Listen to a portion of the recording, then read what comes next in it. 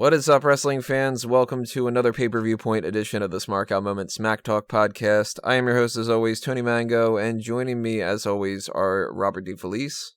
Hello. And Callum Wiggins. It's been a hell of a ride, Tony. Yes, there is a somber tone going on right now. This is the second time I started recording this because I originally had a different beginning of this podcast. If you have followed Smark Moment for a while, you should know that at least by now there's always criticism that, ooh, we're too negative, or no, you guys don't like anything or whatever like that. But that's from people that just want to bitch and complain.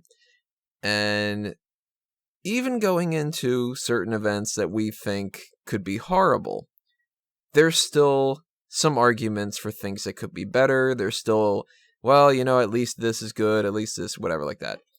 I have to be perfectly upfront and honest with everybody. I am more annoyed with WWE at this moment right now than I was when I stopped watching wrestling for a 6-year period. And there is a very, very solid chance this is the final Pay-Per-Viewpoint post-show, maybe the final Smack Talk. There is a chance that I sell or completely get rid of Smark Moment because I am beyond frustrated with WWE in a lot of different ways. And before we get into some of the specifics of why, I will say, for anybody that does want to say, oh, you don't like fucking anything, whatever like that, NXT has been amazing. And the Mae Young Classic was fantastic. And Evolution surpassed a lot of what I was looking at it as potentially being. I mean, I crapped all over the Riot Squad against Sasha, Bayley, and Natalya. When push came to shove, it was like, the match was better than I was expecting it to be. I went into Crown Jewel thinking this event was going to be a little frustrating, but at least the worst thing about it would be all the negativity surrounding it. Did not imagine that WWE would be so damn stupid enough to actually not even double down on the negativity, but I'm getting this feeling that they almost wanted to sabotage the company from within over the past couple weeks. 2018 has been an incredibly frustrating year as a WWE fan.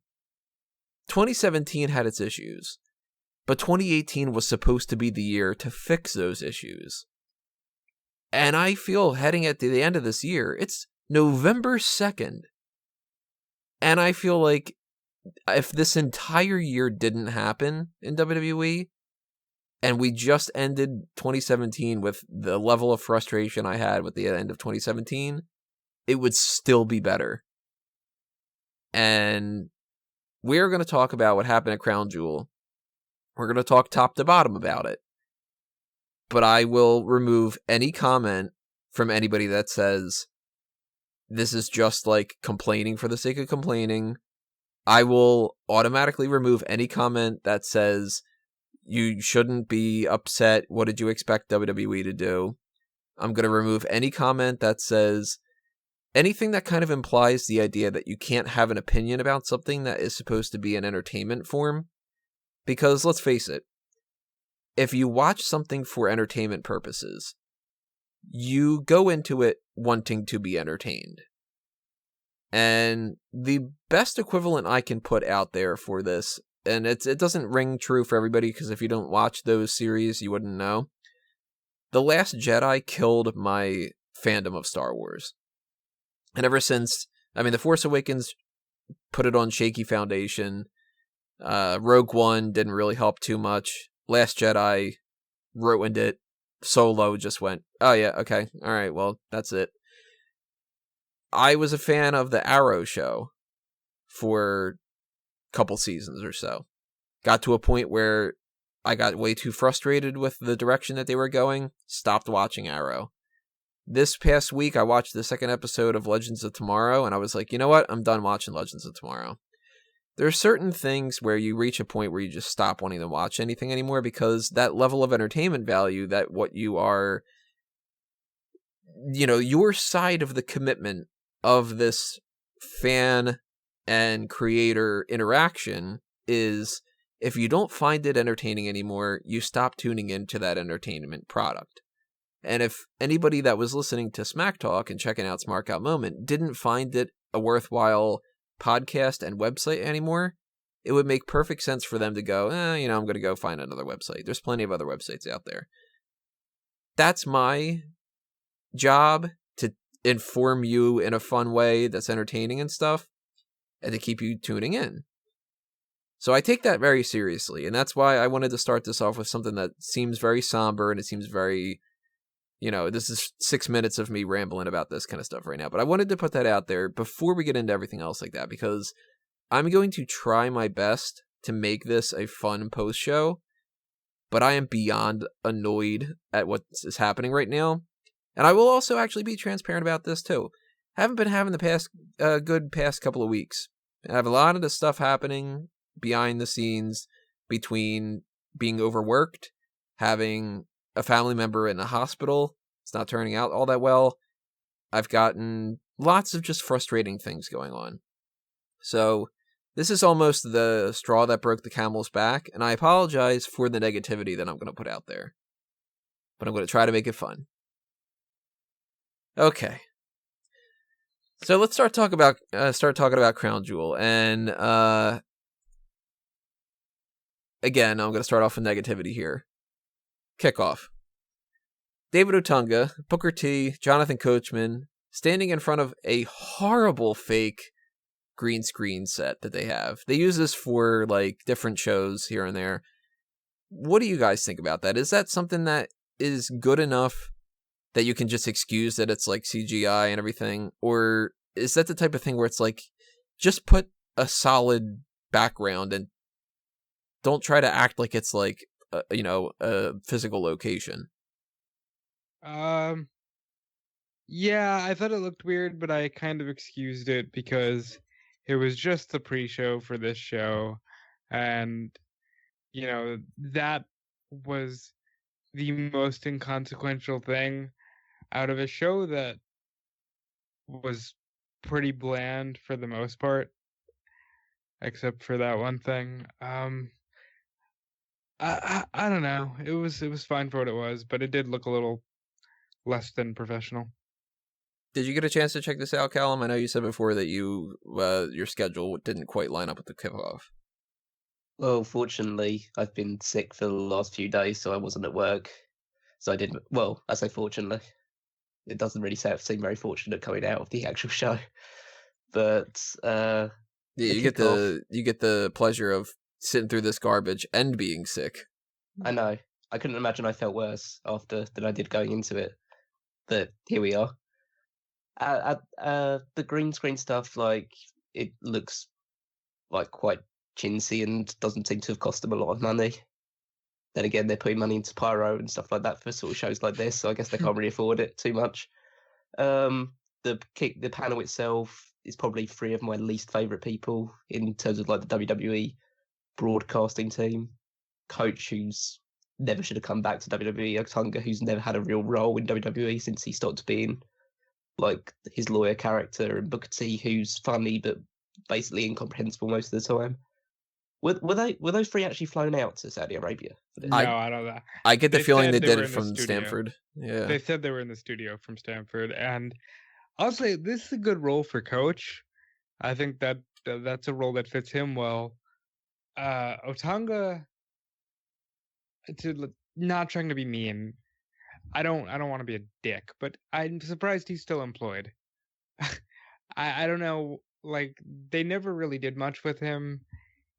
He's never been great as a commentator, and yeah, I don't know why he's there. Booker, I can understand because he's, such a character that it's funny. But I don't get Otunga. And Booker is a Hall of Famer. He's a legend. He's a former 6-time world champion. So he's got credibility behind him, and he's kind of like the crazy guy a little bit. like the Shucky Ducky Quack Quack and stuff like that. Like, it's fun when Booker gets all Booker T and, acts like a fucking fool. Otunga, he's not somebody who has any kind of real lineage behind him. He's not a real good analyst as far as being able to provide, like, worthwhile insight. He's not the biggest, most charismatic talker. He's not the most bombastic character. Really, like, what is his purpose, kind of? To be there. Well, now he's not with Jennifer Hudson anymore. I don't really see the purpose at all. Yeah. So that's...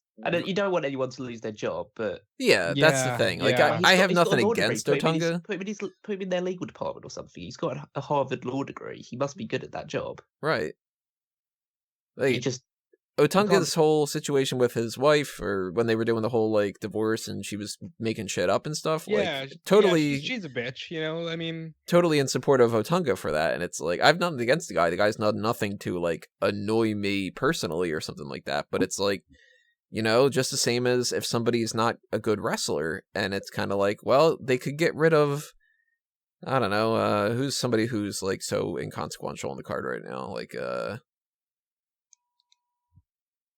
like, the Ascension hasn't worked out.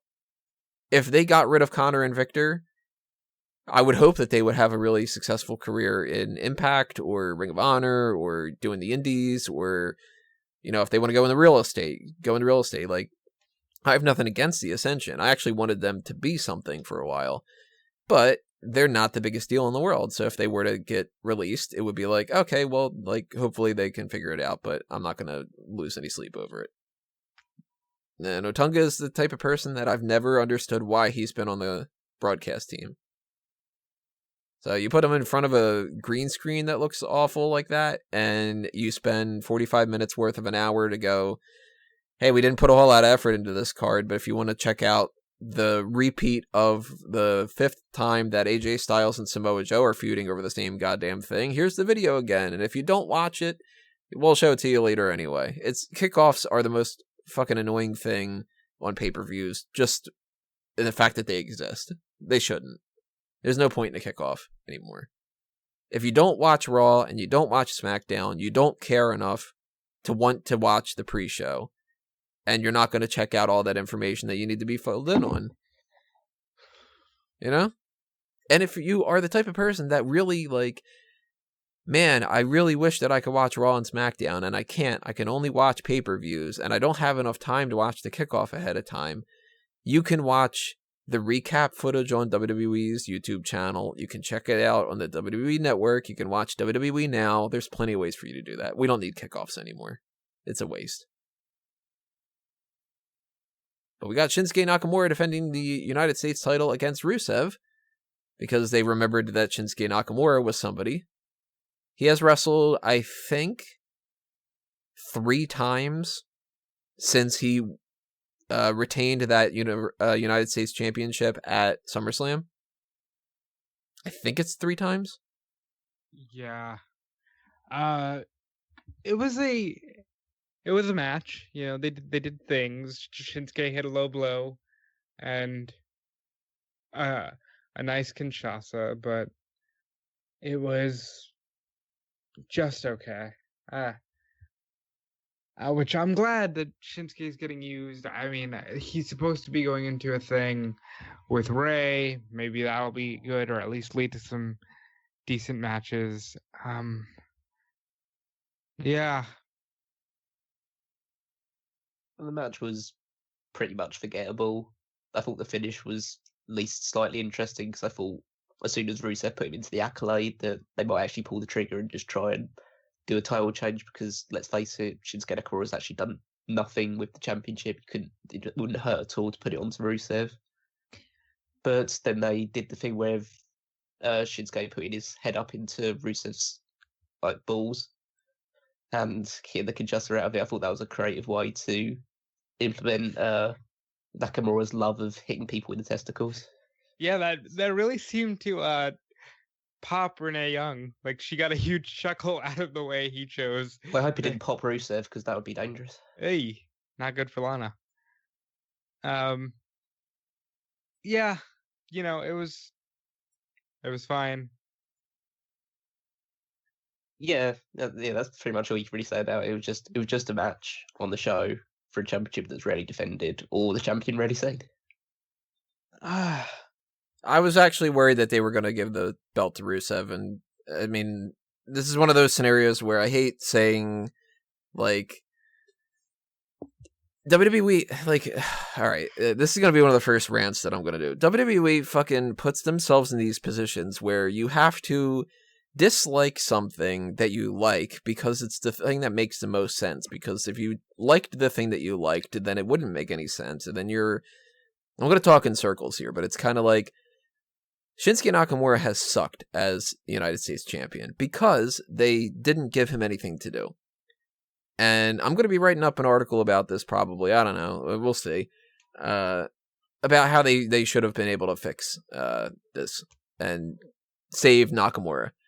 Rusev is a type of guy that at the beginning of the year, he was getting over really well with this whole Rusev Day thing. And they waited months before they put him into a babyface position. Why? Because apparently they were saying, we want him to be a heel. Fuck you. That's been a big issue with WWE the past year and a little bit past, past couple of years, where they're like, we want this. It doesn't matter if the person is over in a different way. We want to do X, Y, Z, and we're going to ruin things if we have to, just to make sure that we do that. So Rusev lost a lot of the momentum. He still has some of it, but he lost a lot of it. And if they would have put the title on him back when he was actually getting cheered at, like, the top of the card, he could have been a fantastic United States champion. Of course, they didn't do that.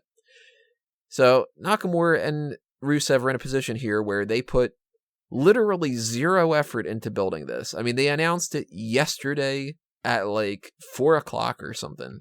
It was about 5:30. It was right before I went live with WrestleZone, and it was just like, oh, hey, by the way, here's the U.S. title match. And that is one thing. If they were to be able to go like, hey, we had this plan the whole time and we're going to spring this surprise on you, and like, isn't this awesome? But the WWE.com article was like, in case you didn't know, this match is happening and it'll happen at Crown Jewel. It's happening because there's nothing to talk about for it. There's no feud, there's no story, there's no momentum, there's no direction. It's obvious that Rusev isn't going to win the title. Shinsuke Nakamura doesn't mean a damn thing to them right now. So it was like, crap, we should have a pre-show match on. Well, we got those two. Let's fucking throw them in there. So going into this already, it was kind of like, well, if it's going to be good, it's going to be like what Evolution was, where it was like, WWE put no effort into it. Let's see if Rusev and Nakamura can do it. And they did a decent enough match for it to be on par with what most of the matches were for this card, where it was like, well, it was good enough to not complain about the quality of the match, but it really doesn't mean anything. It's inconsequential. It's generic and bland. I agree. Yeah, sums out. Yeah. So that's your pre-show. Well, and I guess we should cover this because I know some of our listeners / readers, especially Peter, Renee Young was there. She did call everything from the kickoff, and she just wore a really long sleeve black shirt. She had hand sleeves. They kept her covered, but they didn't make her wear anything too outrageous. It was just, hey, she's fully covered, and you know why. Yeah, because, and this is going to be the political side of things, because if we show like fucking shoulder blade, then all hell's going to break loose and we're all going to burn in hell or something. It's fucking stupid. I don't care where you're from. I'll take a stance. Dumb as hell. And I know I want to say too, Michael Cole, especially on commentary, was not his typical self. He was very somber, very like, you can tell he was doing the best to do his job, but you can also tell that there was something off. Mm-hmm. That's actually, we should talk about, let's lump all these things together, all this extraneous atmosphere type stuff. You're right. The commentary team seemed like they were off, and part of me was like, well, maybe it's jet lag. but a bigger part of me thinks they didn't want to be there. Yeah, especially with not trying to get too political, but right before the main event, it came out that, Turkey did their investigation and they said that the killing of the journalist came from the highest Saudi Arabian command, and everything. There was just a strange feeling of tension, and it could be felt throughout the night on commentary, especially with weird things at the start of the show. After what we'll talk about in a minute, they said, "Here is your excellence," and I don't know what the guy's name was. That was a weird, uncomfortable moment. Just so many things about this show. Even, and screw it, I'm sure you wanted to lead into it, but when Hogan came out at the start of it, it was like, hey, it's Hulk Hogan, and he is a guy who, is an inspiration to many, but it wasn't like what it would normally be, what it might have been at WrestleMania 30 when Hogan came out, and they were like, yeah, Hulkamania. It didn't have that vibe. I mean, we mentioned before with Hogan, it was already a testy enough subject because of just Hogan's situation. And if he was backstage at whatever it was, like Backlash or whatever it was, and for that to be as controversial as it was, it's not a good idea to necessarily put him on an event like this. But hell, you know what? Maybe WWE realized that they would have so many fucking problems with this that they'd be able to sneak Hulk Hogan in there and nobody would be talking about it. Because now Hulk Hogan's back into the fold. He got a big reception from this audience, and it's just going to be swept under the rug because there's so many other things to complain about that it's like, well, Hulk Hogan didn't do anything wrong here. He said, and this is another thing that's weird about the whole atmosphere of the night, they start off with Riyadh Live. They don't say Saudi Arabia. Yeah, where is Riyadh, guys? Beautiful Riyadh. You know where it is, according to Hulk Hogan. It's right here at Crown Jewel, Jack. It's Crown Jewel. What you gonna do when the power of Hulkamania and everyone Crown Jewel runs wild? So they weren't Saudi Arabians. They were just simply Crown Jewel. I just thought, what a peculiar way they get out of all of that. And it's not like nobody knows that you're in fucking Saudi Arabia. Like, yeah, you're not fooling anybody. And I hope that there's not some fucking idiot in WWE right now that's like, before this event comes on, well, if we don't talk about it being in Saudi Arabia, maybe it'll go under the radar. So, Tony, have you watched WWE? They all think we're fucking idiots. Clearly that must be the case, because, I mean... But then Graves goes, and with our Arabian broadcast team, which is funny only because in the main event, when Taker and Shawn get up on the Arabian announce table, Michael Cole goes, yeah, here's Undertaker getting up on the announce table. He doesn't even want to say Arabian. It's like, you're there. You can't hide that you're there. You spoke openly about going there. At least have some conviction that if you know what you're doing, say we're in Saudi Arabia. You're there. We all know you're there. You're not fooling anybody. It's a case of them trying to have their cake and eat it too. Make their cake and eat it too, essentially. But that just makes me more angry as a fan, as but Rob, somebody. They don't care about you. I know they don't care. I know, but we're here and we're talking about it, so we might as well just put it all out there. It makes me angry that just say where the fuck you are, guys. Come on, you're gonna point out that his excellence is in the crowd, and we're not all supposed to go, where do you think they are? I don't know. Chicago? Like, yeah. And to bring up something that's another issue for a fanboys type thing, when it comes to Apu and The Simpsons. I put on Week in Geek. I think it's absolutely stupid that they would be getting rid of Apu, and there's been a report now that they might not or something. I don't know. The Simpsons has sucked for so many years that that's another thing too. There you go, just to prove the point of when people go, well, then why don't you stop watching? The first 10 seasons of The Simpsons are my favorite series of anything, TV-wise, or movies probably. that I've ever watched. I absolutely love those first 10 seasons of The Simpsons. I haven't watched The Simpsons in like 7 years because I just cannot stomach the show anymore. So my favorite thing like that, stopped watching it. Stopped watching WWE from 2000 to 2006. Stopped watching Arrow. Stopped watching Legends of Tomorrow. Stopped watching this. Stopped watching that. You know, it just gets to a point where you just have to say fucking enough. But when it comes to the Apu thing, at least if you're going to think that we're that goddamn stupid that you can try to avoid saying Saudi Arabia and we're not going to be like, oh, I guess you're in Saudi Arabia. Maybe they went to Oakland or whatever. There's a part in The Simpsons where the Apu is trying to pretend like he's not a foreign citizen. And he's doing the whole, like, he's changed what the Quickie Mart looks like. He gets rid of the Ganesha statue. And he's talking differently. And he says to Homer, he's like, you know, let's check out the baseball match. The Nye Mets are my favorite squadron. If you're going to try to think that we're stupid enough to pull off this, like, well, we're at Crown Jewel, and I don't want to say Saudi Arabia, and maybe you'll just kind of, like, ignore it kind of a thing, make it the fuck up. Say that you're in a completely different stadium, that you're in a completely different country, and make it this, like, joke.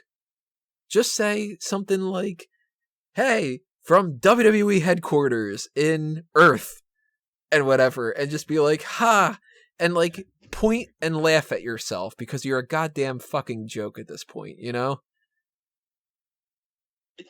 Well, that's a lot funnier than what they did do. What they did is what reportedly The Simpsons is doing, where they're just like, yeah, we're not even going to touch anything with Apu. We're just simply not going to ever show him ever again. That's kind of what they tried to do with this.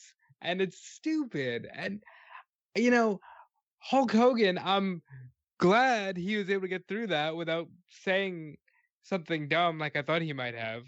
But the whole thing where they're just like, we're here at Crown Jewel. Thankfully, though, I do have to point out there were no Saudi propaganda videos. They didn't try anything that extreme. Thank fuck they didn't, because that would be like, let's just tack on more problems to this. You know, you go to the doctor and they're like, hey, by the way, you've got like an ulcer and liver failure and you broke your foot and you're going to have to get that eyeball taken out. But by the way, you also have cancer. It's like, oh, fuck, like, you know, one of those kind of things or something. Like, if they would have put a promo on here about Saudi Arabia, I honestly, I don't know how. I might have turned it off if they did, honestly. Especially after a certain point in the night. Ugh. Greg Hamilton didn't even sound like he fucking cared, and he's the announcer, and he's the one that's just like, all right, at the beginning of this, like, Rey Mysterio's won some titles. Here's fucking Rey Mysterio. That was awkward too, that they were making him do these announcements like, and ladies and gentlemen, this man is this before the music hits or anything. This man is a former Royal Rumble winner and Grand Slam champion, and he's also won 7 tag team titles. Here's The Miz.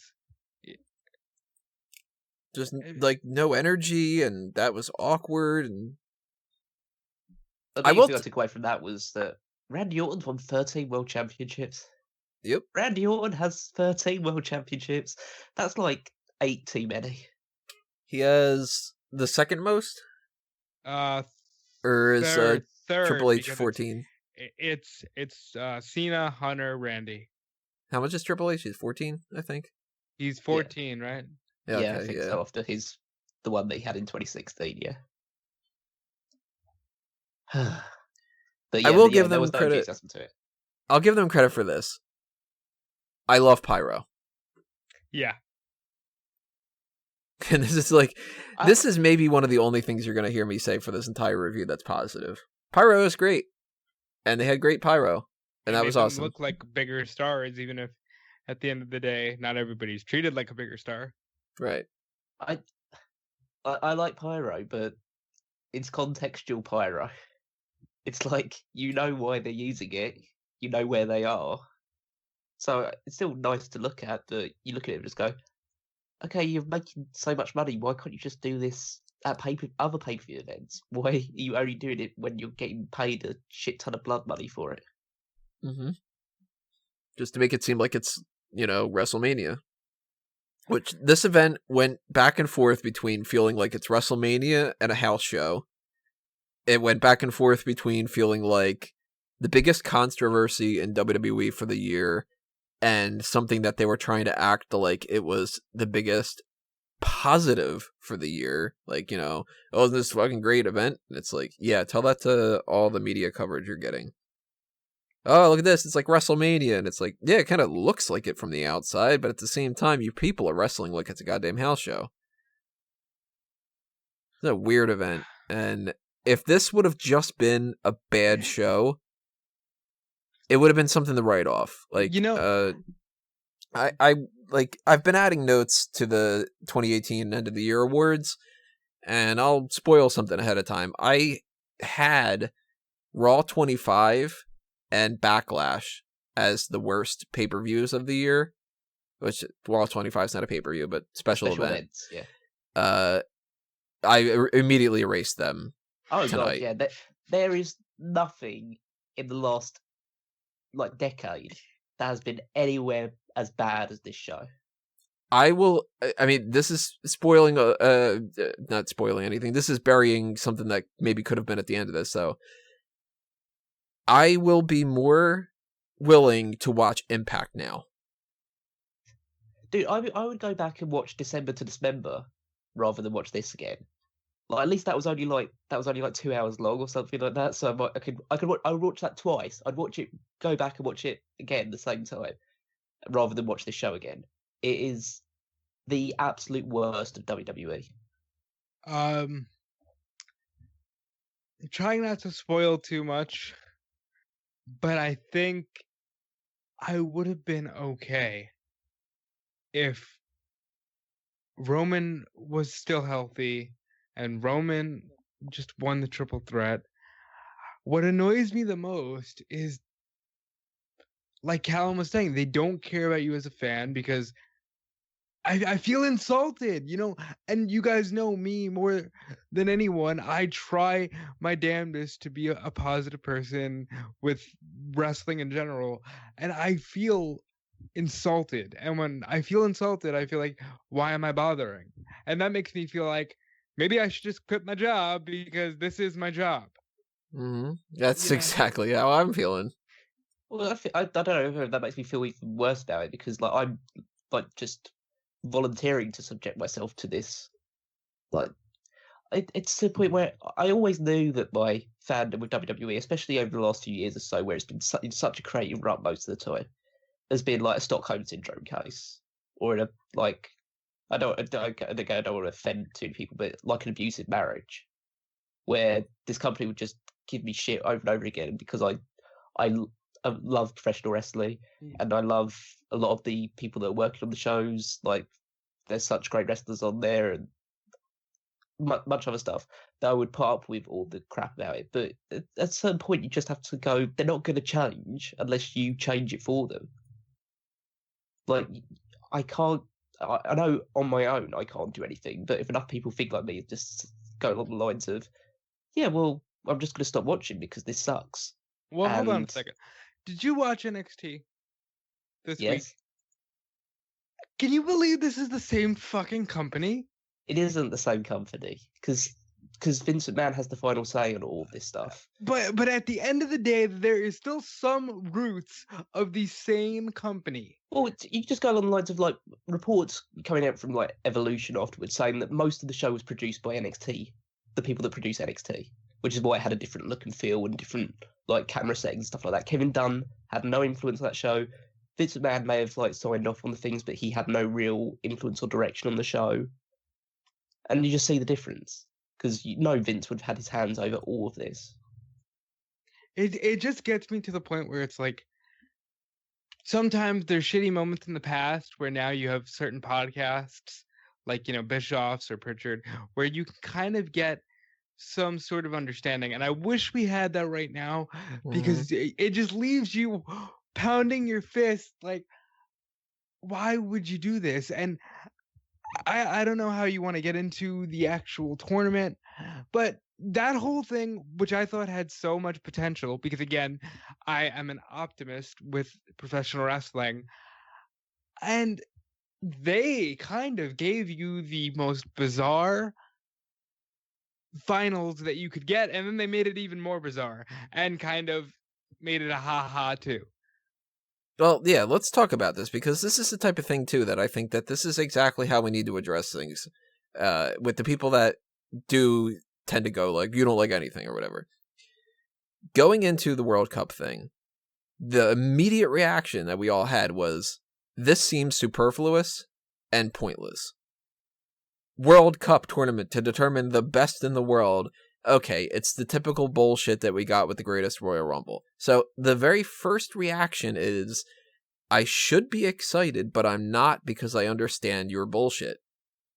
Then they announce all the people that are going in it with all the qualifying matches, and you go, so it's a World Cup tournament where every single person is from America.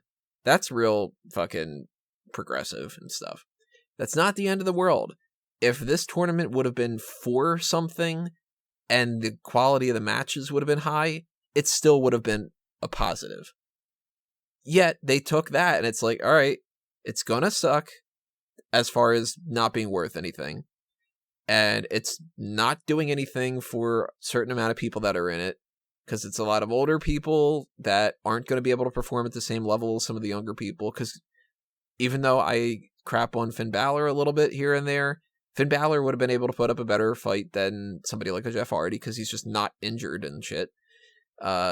Somebody like Shinsuke Nakamura, Andrade Cien Almas, Drew McIntyre, all these people that we were talking about before, they would have maybe freshened things up a little bit. They would have had some different kind of matches, whatever. They have to get rid of John Cena. It's another negative thing to it. They put Bobby Lashley in there. Well, Bobby Lashley's injured. Okay. So we're working with nothing but negatives going into this. But maybe if we're optimistic, it's like, well, it'd be kind of interesting to see what happens if something like Kurt Angle versus The Miz pops up, or if Randy Orton fights Seth Rollins, or, there's different possibilities. You're still kind of holding out the littlest bit of hope. This is the match setup that we have, because we're going to talk about the World Cup tournament as a whole instead of going match by match by match. Randy Orton loses to Rey Mysterio. Really quickly, just agree or disagree with me on this. Kind of a nothing match. Paint my numbers, complete generic, 5 out of 10. Yeah, I was very disappointed about this one.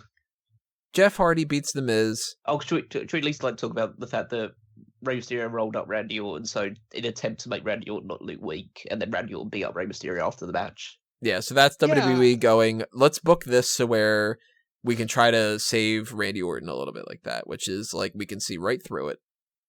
There was plenty of that on this show. Which was fine for what it was, but I was, especially because, let's not kid ourselves, in 2018, everybody gets long, decent matches, and then these two get in there, and you give me like 6 minutes and a fucking roll-up? Mm-hmm. And does that mean that's because Rey Mysterio can't work all that well? Does that mean I don't buy that for a second, because Rey Mysterio... He's looking great. Yeah. He looks in better shape than he did the last time that he was a full-timer in WWE. So I don't believe in that 100% either. And I was holding out hope that I was like, all right, well, the kickoff sucks, but the kickoff always sucks. And this first match here, underwhelming. But hey, maybe it's because it's round 1 and they know that Rey Mysterio is going to wrestle twice. Or 3 times it would have been at that point.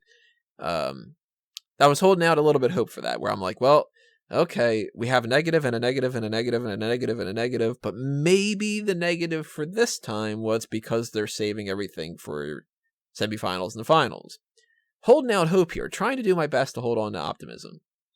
Jeff Hardy and The Miz come out. I think that they had a better match than Mysterio and Orton, but it was still nothing all that special. Yep. Yeah, it was better than the first match, and it was slightly longer than the first match, but it's still what you'd expect them to do at a house show. Miz had cool pyro. House show type thing. Yeah, I agree about the pyro.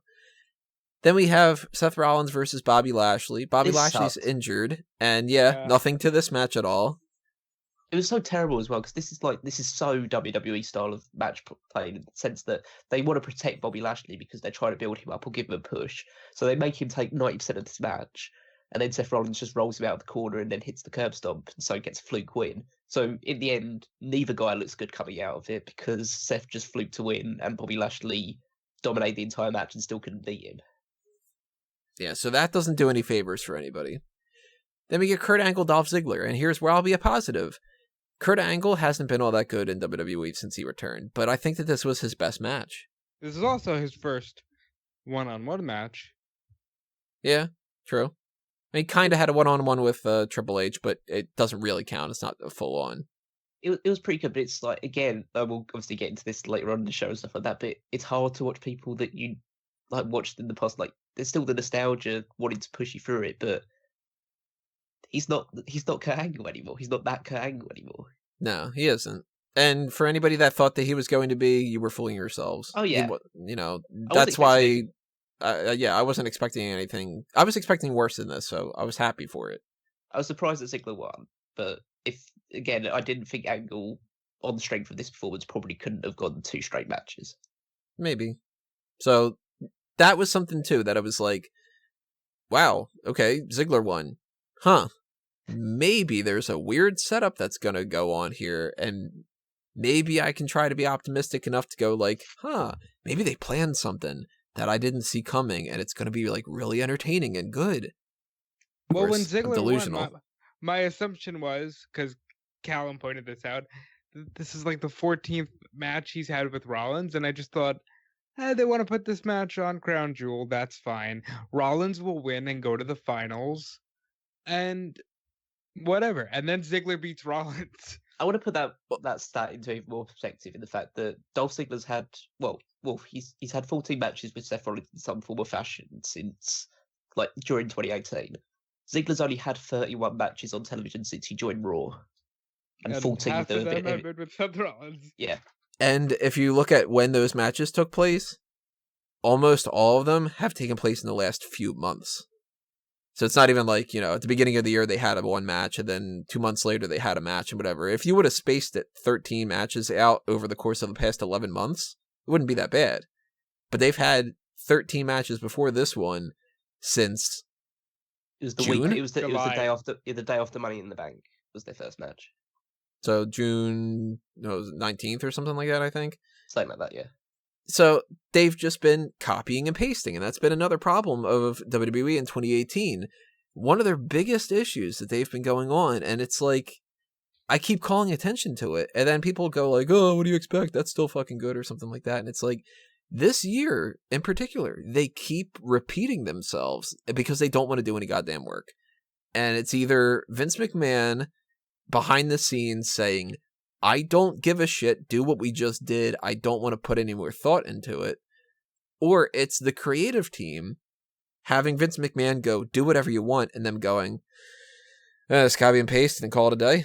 Okay, and I was going to wait till the Universal title situation to ask this question.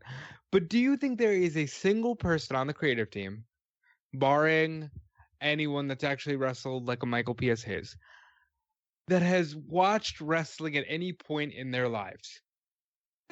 Because we sit here and we do it, and I know it's the typical, oh, you're 3 nerds with a podcast, blah, blah, blah. Listen, it's not hard to come up with something that is both feasible and brand new in some form. And I just think that the people on the creative team right now for the main roster have never watched wrestling, do not care about wrestling. They want to work on whatever Modern Family, and they can't. So they're like, hey, this show is affiliated with NBC Universal. Let me do this. If that's the case, they're not helping out their career, because it's not even like they're factoring storylines in more than they are matches. Because the storylines are literally just, we keep fighting. Like, there's no difference between the AJ Styles and Samoa Joe feud than what it has been. It's been just the same thing. He did it the one time, he popped up and it was like, oh, Wendy, whatever, and then they just said, like, remember how he did that? Well, they're going to fight again. And then it was like, remember how they did that? And then they fought again? Well, they're going to fight again. And then they go, hey, remember how they did that? And they fought again. And then they fought again. Hey, well, the feud is finally going to end. And then when the feud ends, then they go, fuck. Well, we didn't figure out what we're going to do with Saudi Arabia. So remember when they did the thing, and they did the thing, and then they did it? Well, they're going to do it. And why aren't you fucking excited? And it's like, because I love pizza. And I don't want to eat pizza for breakfast and lunch and dinner from the same goddamn restaurant every single day for 8 years. Like, it's just like, even if I wanted to eat pizza every goddamn meal, I would be like, hey, maybe I'll get a Sicilian. Maybe I'll get a pepperoni pizza. Maybe I'll get it from another place or something like that. I don't want the same goddamn thing. And for 14 matches of Rollins and Ziggler, they are two of the best in-ring performers. And they have nothing to go by because they've done it already. And it's odd that, like, Ziggler's catchphrase now is do something. Because it's like, is that what he's telling creative? He's just, like, poking him backstage, do something! And then they're like, huh, what? Oh, yeah, you against Rollins. And he's like, God damn it! Like, I'll give them credit for this, and I shouldn't even give them any goddamn credit, but I'll be honest enough that I will give credit where anything is due. I didn't see Dolph Ziggler beating Kurt Angle, and I was surprised about that. But I will never argue that a surprise is by default good just because I didn't see it happening. It has to be a good surprise. Surprises themselves fundamentally are potentially good or potentially bad. You can wake up one day and it's surprise, breakfast in bed. And you can wake up one day and it's like, surprise, your basement flooded. Like, you know what I mean? It's not a good surprise. So for you to tell me, like, hey, Ziggler beat Kurt Angle and that whole setup of Kurt Angle going the distance and stuff thrown out the window, aren't you shocked? And it's like, yeah, that means we're getting our 14th Rollins and Ziggler match. Okay. Well, this is the same company that said in the commentary, and this is one of the only notes that I wrote down. This is the last note that I wrote down before I stopped taking notes. The fans are chanting, you suck. And I believe it was Corey Graves that said, that's the ultimate sign of respect for a Hall of Famer. Okay, and I don't agree with this anyway. This thing that ever since Kurt Angle's come back, he, like, you know, kind of is, like, leading the you suck chants. But they were trying to say, hey, they're doing it over here too, because it's the same in any language. It spells entertainment, damn it. We're an entertainment company. And, like, I could forgive that. And I could forgive Ziggler beating Angle if they didn't want Angle to go more than a single match. And maybe, just based off the fact of, well, they had McIntyre do something, I could forgive Ziggler beating Rollins. I can't forgive the finals.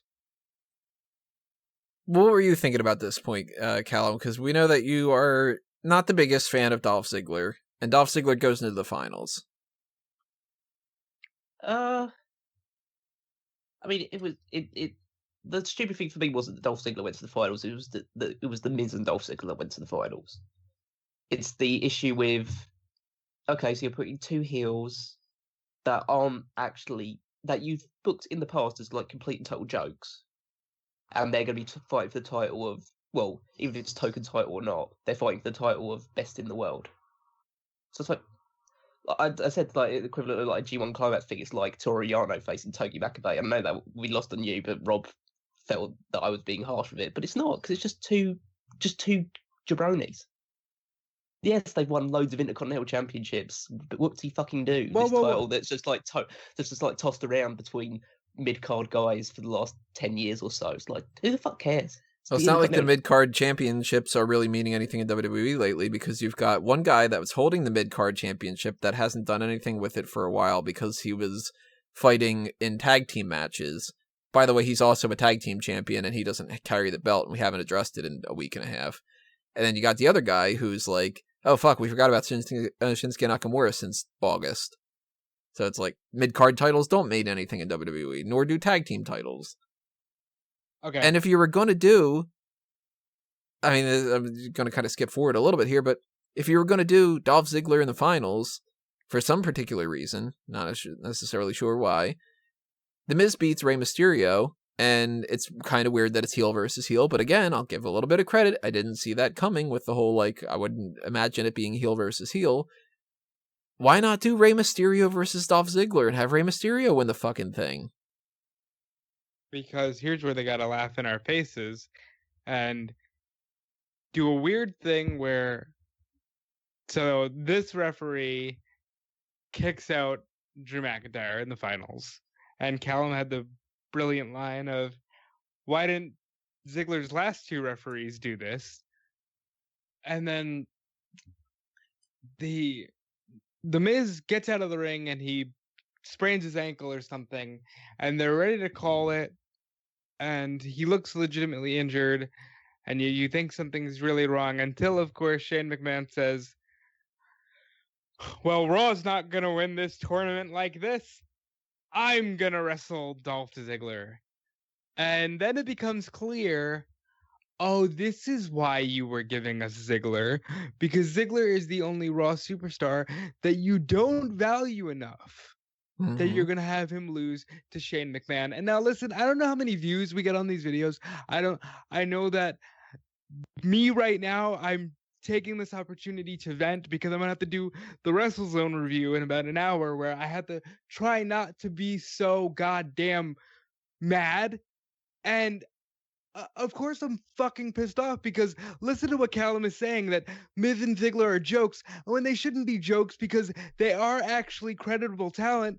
It's just that nobody that has debuted in this company outside of the Shield in the last 10 to 15 years is fucking relevant, because, well, God damn it, they never grabbed the brass ring. They never did this. They never did that. Yeah, because for I don't know how many years you've had Triple H and Shawn Michaels and Undertaker and Rock and Brock presented as the only people who fucking matter. So here we go with Dolph Ziggler for the 30th time being presented as a real deal, only to be presented as a fucking guy who can't beat up Shane McMahon. And for what? The whole thing is just, isn't that surprising? Shane McMahon won. The swerves. Oh, it's like fucking Vince Russo is booking again. Yeah, this is Santino Marella winning the WrestleMania 25 Battle Royal. This is Hornswoggle winning the Cruiserweight Championship. This is Harvey Whippleman winning the Women's Championship. It's just like you took a tournament which didn't mean anything to start with anyway, and you reduced it to an even bigger joke than you already started with. And because the way that this tournament worked out, again, just to reiterate, started off with, wow, this tournament's not going to mean anything. They need to sell me on it. Then they go with all these qualifying matches, and it's like, okay, cool, maybe they're trying to invest something into it. And then they go, all right, it's all American. That's a little bit fucking weird. Okay, sure. Not the end of the world. And then we get into all these matches, and the matches are generic as all hell. And Rollins and Ziggler had the best match of the whole thing, as far as I was concerned. But even that's something we've seen a bunch of times before. So they're copying and pasting things. They're phoning it in. The people are doing house show type matches and stuff. And it's supposed to be a big pay-per-view. So now you've gotten to the finals of this tournament. And it's like, well, shit. None of this has mattered. And none of this has been entertaining. And none of this has been all that good. And it's been like underwhelming in so many different ways. You couldn't even give us like an interesting thing like Seth Rollins versus Kurt Angle. You couldn't even do something interesting like incorporate some other people in there like Almas or something that could have been able to put on a better show. And then you do this whole swerve thing at the end there. Stall for and me, is I it gotta go. Is it just for a scenario where like this is supposed to set up Survivor Series that like Baron Corbin is going to be mad that Shane McMahon won, and then it's going to be like, oh, there you go, I'm going to have Team Raw against Team SmackDown. You already fucking announced Team Raw versus Team SmackDown as being a thing. That's already something that's happening. It's a built-in for it. You don't have to create this angle out of nowhere. Like, think about in the past when WWE has created angles out of nowhere. My gut instinct, and I don't know why I'm thinking of this, but the Mega Powers. You've got Hulk Hogan helping Macho Man Randy Savage because he's got a common enemy in the conjoint efforts of Andre the Giant, Ted DiBiase, etc. And they've got a friendship, and it's budding, and it's like, hey, let's like start teaming together. Oh, there's some dissension in the ranks and stuff. And then, oh, a heel turn. And then it's all to set up Hulk Hogan winning and doing all that kind of thing. If your big idea was like, yeah, I know what we could do with the World Cup is we can set up that Survivor Series thing that you already fucking announced, you don't need to do that effort. Like, they're going through more effort to set up things that they don't need to do. But this is the same company that doesn't want to put the slightest bit of effort into the things that they do need to do. Like, it's ass backwards. But here is the bigger problem, at least in my eyes. You're putting it on Shane because Shane is, one, a McMahon, and there's always going to be that underlying vibe of nepotism. And two, he's an Attitude Era star, so by default, he gets bigger reactions than anyone on the current roster, so it doesn't matter what he does. And yes, don't get me wrong, I'm a Shane McMahon fan, just like I'm a fan of all the guys I just said were holding back people. But I watch this product and I invest in this product, and all they do when they do this shit is slap me in the face. And it's like Callum said, how long do you allow yourself to be in an abusive relationship? Mm-hmm. And yeah, I'm going to say it again, because I know that somebody is going to catch wind of this and say, oh, well, you know, your tone is different on WrestleZone. You're more optimistic, or you're just three guys with the lame ass podcast. I don't care. Listen, I have loved this more than anything in my entire life, and you know, it just fucking angers me that this is what I have to endure to be able to, you know, get eyes on the product and enjoy my hobby. And I don't understand why, when you have awesome things going on in your third brand, why we can't just have a little semblance of that creative on the main roster. Just a little bit. Let me ask you guys this. With so many negative things about this event, isn't it frustrating to know that some of them are going to get lost in the shuffle and WWE's not going to know how annoying every aspect is? Yeah. Because they're going to look at this and they're going to be like, oh, well, you know, nobody's complaining about the World Cup thing if it's like, you know, everybody's complaining about Braun Strowman and stuff. Yeah, well, that's kind of how they operate. They operate on well, I don't know whether they do it intentionally, but there's usually one giant negative on each show which takes most of the attention away from every other little negative. And it's really the little things that start to like chip away at you over time. I mean, obviously there's a lot of big things here that have been like catastrophically bad, but then when you see these big things, it like puts more into focus the little things that just annoy you week after week after week after week. That on its own, or if it just happens every once in a while, probably wouldn't bother you too much. But the fact that it constantly happens, you can see it constantly happening, you just feel your enjoyment just slowly starts after a while. Just like, it's so easy to fix, just do this. Like, I don't know what's a good example of, like, staring at the television screens backstage. Just make them look at the actual screens rather than standing side on, like having to look ridiculous because you have to see their chest because Kevin Dunn has some sort of weird obsession with that. It's like those little details. Like, that wouldn't bother me if it was like, if the show was good. If the shows were good every week and there was lots of interesting, compelling stuff that's happening, that stuff wouldn't like catch my attention as much. But it's just everything's so either it's not always bad, but it always feels unmemorable. And then it's all those little things that start to just build up over time. Yeah, I can't stand the fact that here we go, it's another Big Four, and Shane has to have a match, and Stephanie has to have a big role. And like, I like these characters, but I'm at the point where I hate the way that they're used, and it's the same pattern over and over. And I'm beyond done with Shane McMahon. Like, it's gone past the point of like, I don't care if he was just a character backstage or anything like that. He could just go, as far as I'm concerned. He's somebody who did far too much at a young age in terms of his ring work, which has left him, like, seriously, you can tell by his promos and ability and stuff like that, he's gone. like, I don't want to say deficiencies, but he struggles with his lines. He's someone who's suffered multiple concussions throughout his career. He's someone who suffers injuries to this point. He's only wrestled far too many matches to come back, but he's wrestled 10 matches or whatever, and he's suffered injuries in half those, it seems like. And now he's going to be again thrust into either whether it's the Survivor Series tag team match against Baron Corbin, or he's going to start a feud with The Miz over the fact that he replaced Miz when he was his opportunity to go in the world. Because that's where I see this lean down, the WrestleMania match, Shane McMahon versus The Miz. Which is what I told you. I said, I don't like that it seems like they're going to be using this to put The Miz in another feud with another authority figure, because Miz and Kevin Owens seem to just be in authority figure angles. But the sad thing about it is that it's also along the lines of when we talk about certain stuff, like when Vince McMahon's out of power, things will change. This won't change, because when he goes, these two will be in power with Triple H, and so they'll be on even more, if not already. I don't know. See, I buy it as being just Vince, because at this point, I don't think that Shane has really any control over the creative side of things and stuff, and he's not all that entertaining to watch in the ring. But I think that this is Vince going hey, the only way that we can build up Raw versus SmackDown is if we have it to where Shane is really the one who is causing this angle, because wouldn't it be great if we get invested in Shane? Shane hasn't done anything in a while, and kind of putting all his eggs in that basket. And thinking maybe it's just because he's his dad, I don't know, but thinking that he's the biggest fucking thing in the world, kind of.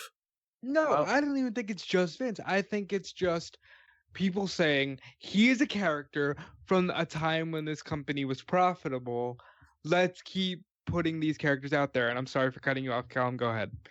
Well, the company is profitable. It's more profitable now than it was back then. But it's the sense of it's more along the lines of, I'll believe that when I actually get a chance to witness it, whether I actually do get to witness it at this point, because how burned out things are getting. But it's along the lines of, putting him in big storyline situations is one thing. Putting him over your talent in matches that you're trying to put some sort of importance into. This entire tournament took up over half of the show, and it was just worthless, because a guy that wasn't even in it to start with won it, and he's not an actual wrestler, even though he seems to beat many of your actual wrestlers all the time, despite the fact that he's considerably older and not in great shape. And here are some other things to think about, too. This is the thing. The more we talk about this, the more I'm realizing how fucking mad I am about it. Because, look, if you wanted to have somebody do a swerve at the end or something like that, why not have Seth Rollins win on the Raw side of things and Baron Corbin replace him because of something that happens? So that way, if it's say Seth Rollins against Rey Mysterio. That's exactly what I was going to say. And Baron Corbin replaces Seth Rollins because he's no, I want to win for Monday Night Raw. He is the bad guy. And then it becomes, you got the big guy beating up on Rey Mysterio, who's wrestled 2 matches. And then that's why he wins. His ass kicked by Randy Orton. And then Shane McMahon can go, hey, that thing I said before about firing whoever was in that got thrown out the window because of Baron Corbin's bullshit. I'm sick and tired of that. I want to prove SmackDown would have beaten your guys. There you go. There's your Team Raw versus Team SmackDown. That incorporates Shane McMahon and Baron Corbin. It gets heat on Baron Corbin. It makes Mysterio look good. Because why is The Miz a heel getting taken out of a match and replaced by a babyface where he's going to beat another heel who's wrestled a couple of matches, and it makes Ziggler look like he's sympathetic because he's losing to a guy who hasn't been a part of this? I'll tell you, there's 2 reasons, and they both suck. Here's why. They like doing this thing where it's SmackDown's the B show, but we got the better of Raw, haha. And then there's the fact of, well, Tony, as good as that was, where we both thought, hey, Corbin, Mysterio, that can't happen because Corbin is a guy of today, and Mysterio is a star from when the company was actually relevant, and they wouldn't dare. Shit, this is not that hard. And Callum, you mentioned this, and I want to go back to it because it's really important. You said about how the little things build up, and then there's these big things. That works with everything. If you are the type of person who is having a nervous breakdown, for instance, you don't typically have a nervous breakdown because one bad thing happened. Now, of course, if it's like one really, really bad thing, you know, like your whole family died in a house fire, then it's like, yeah, of course you're going to have a nervous breakdown because you just lost everybody. But typically, people have these kind of breakdowns and stuff because they're the type of person who suffers through constant and repetitive things that are frustrating. And when you watch WWE, it's like, all right, well, that episode of Raw sucked. All right, but I got SmackDown tomorrow. Oh, that wasn't really all that good of an episode. That one thing was okay or whatever like that. Oh, look at that. They recorded Mixed Match Challenge. It's actually kind of fun because they're doing a dance-off or something. It's kind of wasted my time, but whatever. Let me start all things all over again and I do all this on Monday Night Raw and that sucked and this stupid thing or whatever. And we're building up to a pay-per-view and then the pay-per-view turns out to have like a disqualification finish and you're like, all right, I guess we're building up to the Monday Night Raw after the pay-per-view. And then it builds to another thing and it's disappointment and another thing that's disappointment. And you carry that over through almost every segment from every single episode of Monday Night Raw and SmackDown and every pay-per-view. And then when you hit the people with the bad things that are really big on top of it, then it's like, motherfucker, like you're constantly poking at me. And instead of letting up from poking on me, you punched me. Like, well, it's just along the lines of, and I know they have the writers. I know, and I completely understand with your opinion that they're taking their foot off the gas and stuff like that. But they have a hard job in terms of the sense of there's so many hours of television going out in the course of a week and stuff like that. That's why they hire a lot of them. They still can't seem to get off their arse and do a good job. But regardless of that, it still should be quite hard. But for any television show, regardless of the genre, you shouldn't see a really good episode of it and think, wow, that was surprising. That was really good. Yeah, that should be the norm. Yeah, well, even the normal, it should be, oh, that was quite good. And if one's like really good, it's like, oh, that really captured my attention. Like, a really, really good episode should happen like once every 3 or 4 episodes. And then there should be like one bad episode, really bad episode, like once every couple of months or something like that, where you just go, oh, that one was a bit of a miss. But the rest of the shows have been good so far, so look forward to the next one. But for WWE, it's a constant level of like, the average is like a 5 out of 10 or a 4 out of 10. And then sometimes they'll hit you every now and again with like a 2 or a 1, and then some out of a blue moon, a 7 or 8 out of 10 turns up. She's like, oh, that one was actually really good. Mm-hmm. And like something like Evolution, where it was like, hey, this could have been a lot better than what it was, but you know what? It was a lot better than it seemed like it was going to be. And suddenly you're giving them benefit of the doubt for kind of things and going, well, I thought that this could have been a 5, but it ended up being a 7. Isn't that great? And it's like, no, it's a 7. It still could have been an 8 or a 9 or a 10. And we shouldn't be praising a 7 as being the best thing ever when just because we thought that it would be a 5 or something like that. And if you run through so many 3s over and over and over again, and then you get an 8 every once in a while, it's like, yeah, your average is garbage. Just because you aced a test and you got 100 on it doesn't mean that you passed the course just because you failed everything else and you got that 100, you know?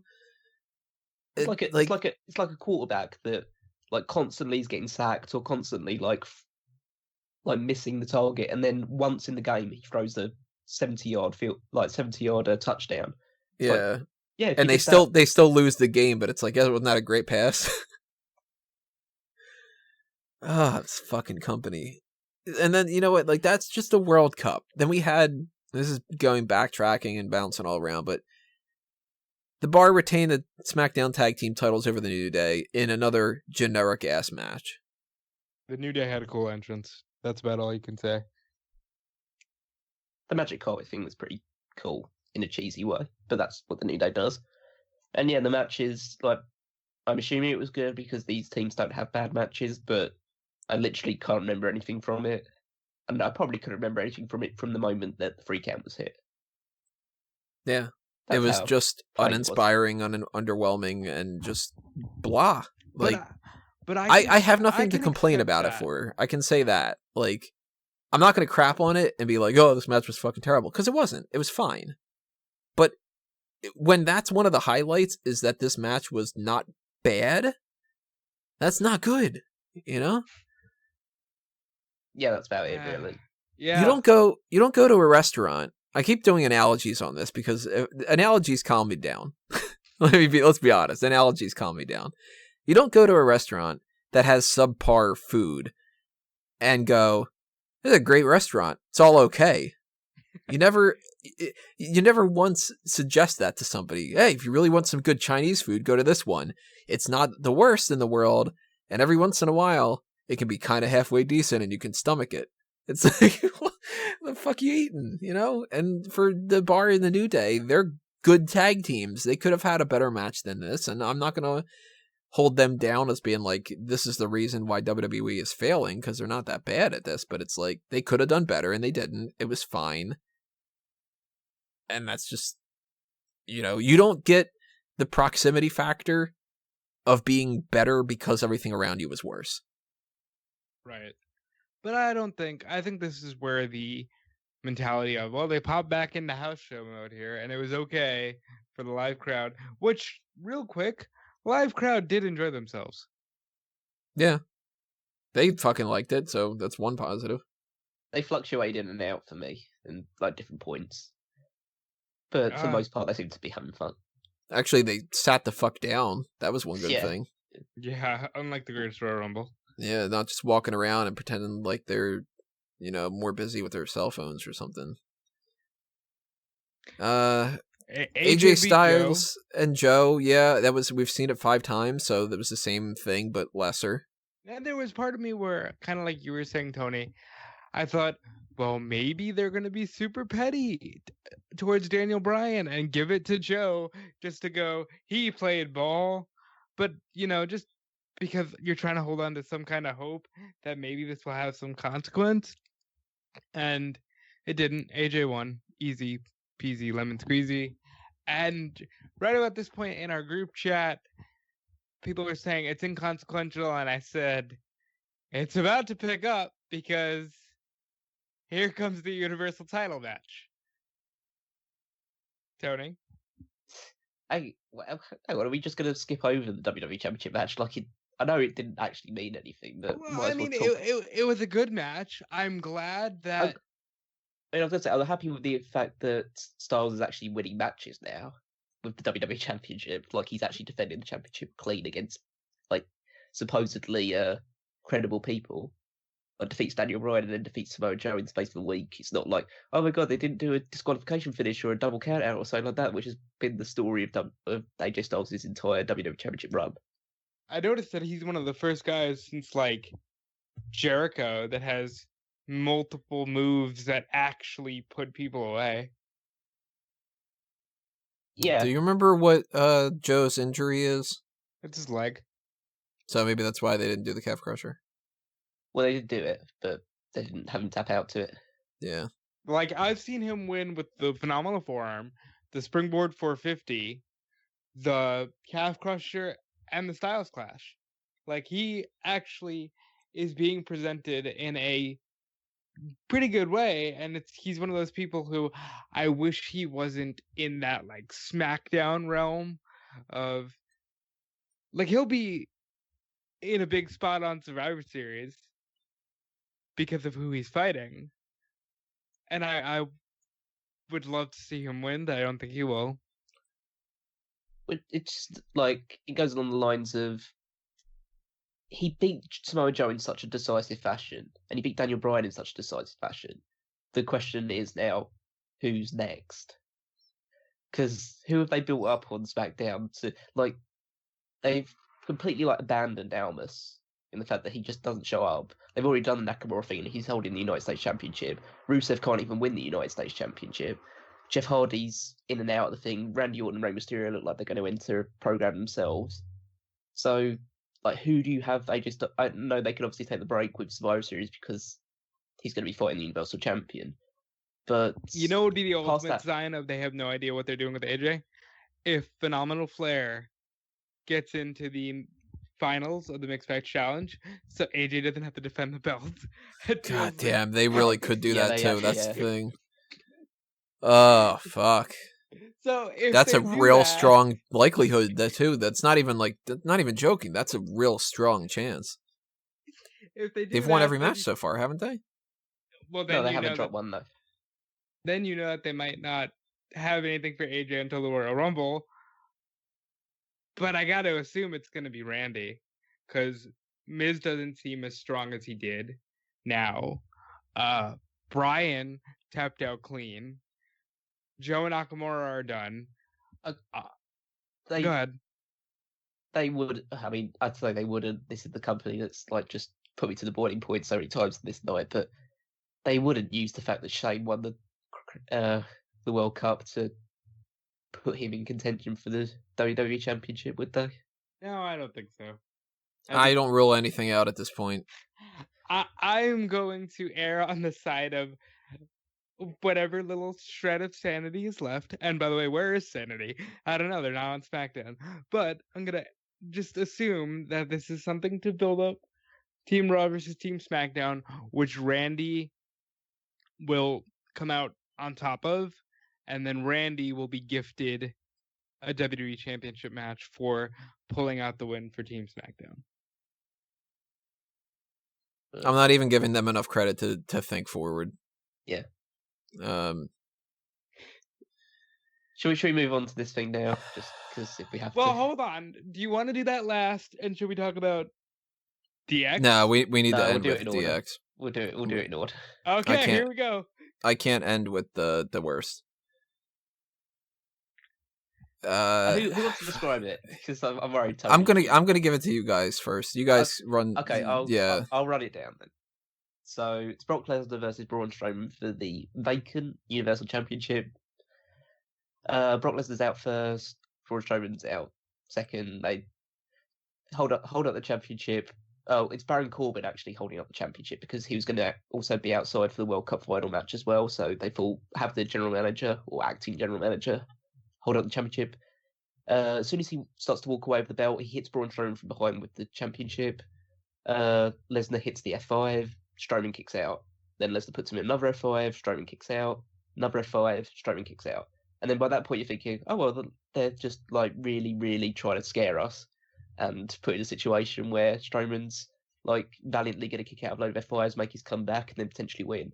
Then Lesnar hits an F5 to the outside of the ring, so you get a sense that, oh, God, they're going to do it by count out, but Strowman gets in at 9. Then he tries to do another F5, Strowman gets off of him, hits a big boot out of the corner, then runs at Lesnar, gets caught in an F5 and pinned. Wow, so you're telling me that was literally the whole match? I didn't miss anything when I walked away? Nope. It was, well, the time on Wikipedia as it is right now is 2 minutes 35 seconds. Just to put this out there, if you go on Twitter right now, trends on there, Hulk Hogan returns to WWE's controversial Crown Jewel event. Something about Alec Baldwin getting arrested, Shane McMahon, something about Overwatch, Shawn Michaels. Brock Lesnar is the WWE Universal Champion, and it is not a popular move. That is how they classify it. That is how Twitter classifies it. Which how Michael Cole. Yeah, let's be real. Michael Cole. And we kind of did go a little out of order in the sense that the World Cup finals happened after this. And Michael Cole, by the end of this and the Shane thing, was like, I don't understand the last 30 minutes of what I just saw. And they had Michael Cole try to be the voice of the people. And here's the thing. I'm a little salty that they got me with this twice this year, because this is exactly what they did with Roman at WrestleMania. And I thought, well, surely he'll kick out of every F5 because they have to go with the guy who's on Raw. And they sure didn't. And now there is a part of me that can understand and see that Brock Lesnar is a bigger draw. And as we head towards WrestleMania season, yes, Brock Lesnar is probably a better name on the marquee for your championship match. However, the fan in me says you have at least 20 episodes of Raw between now and WrestleMania 35. How many times are you actually going to make Lesnar show up? How many times are you actually going to make Lesnar defend his championship?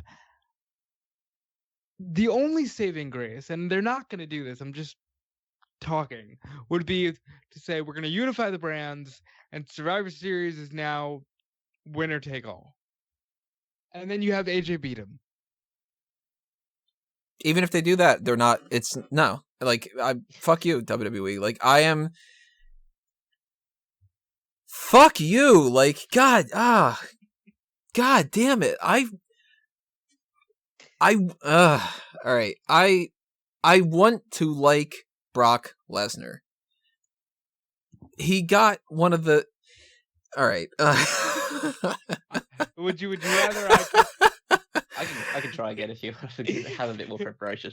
Well, I have more to say. So, last time I was this angry by something WWE did was Survivor Series 2 years ago, when they had Goldberg not only defeat Lesnar, but run through Lesnar. Because the message it sends to me is that it doesn't matter how much you watch or how much you support the stars that we say we're trying to build. We're not trying to build anybody, because Dean Ambrose came at this motherfucker with a chainsaw at WrestleMania 32, and he didn't flinch. Goldberg took his shirt off, and this dude was like, "Yeah, I don't think I want any of this." And we got more of the same here, where it's like, Braun is a monster, and Brock just fucking handled him like it was nobody's business. That's probably I'm upset about the result, because who's going to be holding it and why they're holding it, because it's so obvious. And I predicted it, and it came true. I didn't want it to come true, but I knew the way they'd be thinking. It's panic stations. Our top guy's gone down. We need to just throw it on the biggest name that we have. But it's, even if you were going to put it on Brock Lesnar, you didn't have to do it like this. Why would you They have just had a match? Yeah, why would you have your biggest babyface at the moment? Because after what's happened with Roman and stuff like that, your biggest guy, the guy that you could put into a main event scene for years and years to come, have him job in less than 3 minutes. It's ridiculous. I don't understand why they feel the fucking need to say we have the most in-depth roster that we've ever had. And that's a fact. I don't care what year you look at. This is the most talent-rich roster that WWE has ever had. But we're going to keep going back to the past because we don't have faith in Seth Rollins, Braun Strowman, Dean Ambrose, because they're not appealing to people. You know why they're not appealing to people? Because you don't make them look like fucking stars. It's the John Cena syndrome all over again, where if he's your biggest star and Rock baby bitches him clean, what does that say about the rest of your roster? And that is why I'm pissed off. I'm not pissed off because Brock is champion. And yeah, I will hate the fact that Raw doesn't have a champion, but I can get over that. I can't get over that yet again. You're like, we have nobody here. We have to go to Brock because Brock is the only marquee we have. Well, why don't you try to make somebody else a marquee star? Do you know why John Cena is a big deal? Because when he was coming up, he was allowed to get in the ring and defeat Kurt Angle and Shawn Michaels and Triple H and all these big time names, to where his name now meant something. You don't let anybody on this fucking roster do that. So of course they all look like shit. And especially when you're going to take Braun Strowman, who's supposed to scare people, and you just have Lesnar just run through him. You know what pisses me off about this the most is I still think that if Goldberg were to come back tomorrow night, Brock would be afraid. And that's so fucking wrong. Even Paul Heyman during Goldberg's induction speech said, well, we needed somebody to beat up Brock Lesnar, and there sure wasn't anybody here who could do that. Why are you burying the people that you expect everybody all over the world to come and see? Because Brock Lesnar ain't gonna work Battle Creek, Michigan. Brock Lesnar ain't gonna work Albany, New York. What the fuck? Look at it this way. They just killed... I can count at least 5 things.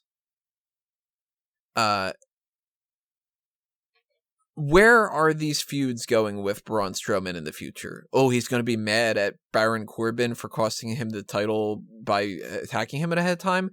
Why do I fucking care? He doesn't have the championship. He's not going to lose to Baron Corbin. Neither is Baron Corbin going to win the championship and potentially lose to Braun Strowman. It doesn't matter. It's a waste.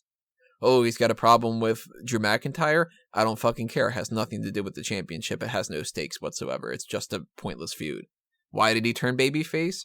Oh, so we could boo Brock Lesnar even more? We're not booing Brock Lesnar. We're booing WWE. Oh, you're going to carry that over and set him up for WrestleMania? I don't want to fucking see WrestleMania being Braun Strowman versus Brock Lesnar and setting that whole thing all up again and going and repeating exactly what happened at WrestleMania last year. That's not fun. That's the same fucking thing. And that means that I'm going to spend the next couple of months building up to that potentially being the case. And when you did it the last time, you pulled the rug out and you ended up keeping it on fucking Brock Lesnar. Why should I trust that you're not going to do it again? Oh, Braun Strowman's going to be really pissed at this going forward, and he's going to, turn heel again? I don't want heel Braun Strowman. But again, I don't care. I don't want to see Strowman get another shot. Brock whooped your ass. Yeah, he whoops his ass, so then that means that Braun Strowman now doesn't look as credible anymore. And I know that people will be like, well, it's Brock Lesnar who he lost to. He didn't lose to Victor of the Ascension. Yeah. He took 5 F5, guys. That's like, it shows that he's going to kick out of anything.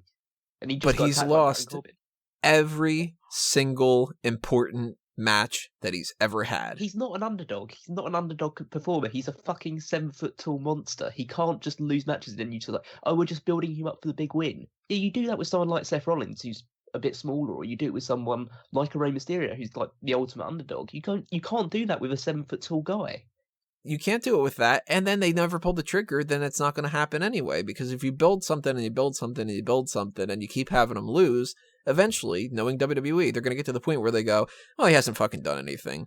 And it's like, if you give the fans a reason to cheer, the fans tend to cheer. If they don't cheer, it's because it's not working, and then you change it up, and maybe it doesn't work. Maybe not everybody's meant to be the best person in the world. Maybe Vince McMahon literally thinks that Epico, when he signs him, could be a world champion. It's not going to work out for everybody. But if you take somebody like... Listening to Pritchard's show, Something to Wrestle With, has been one of the most eye-opening things in WWE that I've ever come across, because there's insight for things like Vince McMahon saying, I never want to hear about this babyface Shawn Michaels being a top guy type thing. Motherfucker is the best that has ever been in the ring for most people. And him being the champion helped save that company for a little bit of time. Not as much as Austin. I'm not going to be delusional enough to say that, but that's one thing. And it's like, no. I will not hear it. Absolutely not. Hey, motherfuckers, am I the only one that understands that Shawn Michaels is a babyface here? And it's delusional, and it's insane, and it's crazy, and it's not just me making those terms and attributing to them and something that doesn't matter, and I'm being, overbearing and stuff. It is legitimately delusional and insane of Vince to be in a scenario like this, and he does it more than he should. So, Braun Strowman is the type of guy that he has every single thing that you have been asking for. He is tall. He is big. He is funny. He is over as fuck. Not even like people give him a little bit of cheers. He was getting the best reactions out of everybody, save for possibly Seth Rollins, on Monday Night Raw for the entirety of 2018, until they turned him heel and tried to push a different story. And it didn't work, and they understood that they needed to turn him babyface again. So they didn't learn their goddamn lesson, because then it became, this popular guy that has every tool that we're asking for, we don't want to put the belt on him because we want to go back to the same person that the entire past 2 years have been built around people not liking to watch. It's not even an issue of them saying, ooh, the bad guy won, boo, I want to see him get his ass kicked. The criticism with Brock Lesnar as champion has been, on a kayfabe side and on a shoot side, motherfucker doesn't show up. I am sick and tired of this bullshit. I don't want to watch WWE anymore. And the ratings reflect this, because the fucking Raw this year has not been doing all that well in certain regards when it comes to that. And then they put the title on Roman Reigns. They wait an entire year of all this frustration, because don't let Roman Reigns in his current state blind you to the fact of what Roman Reigns has been in the past bunch of years. Roman Reigns has been stuck in a loop where he is a damn good performer who WWE has not given enough credit to let him do anything to succeed. They've held him back, and it has caused a situation where goddamn leukemia is the only thing that got him a cheer.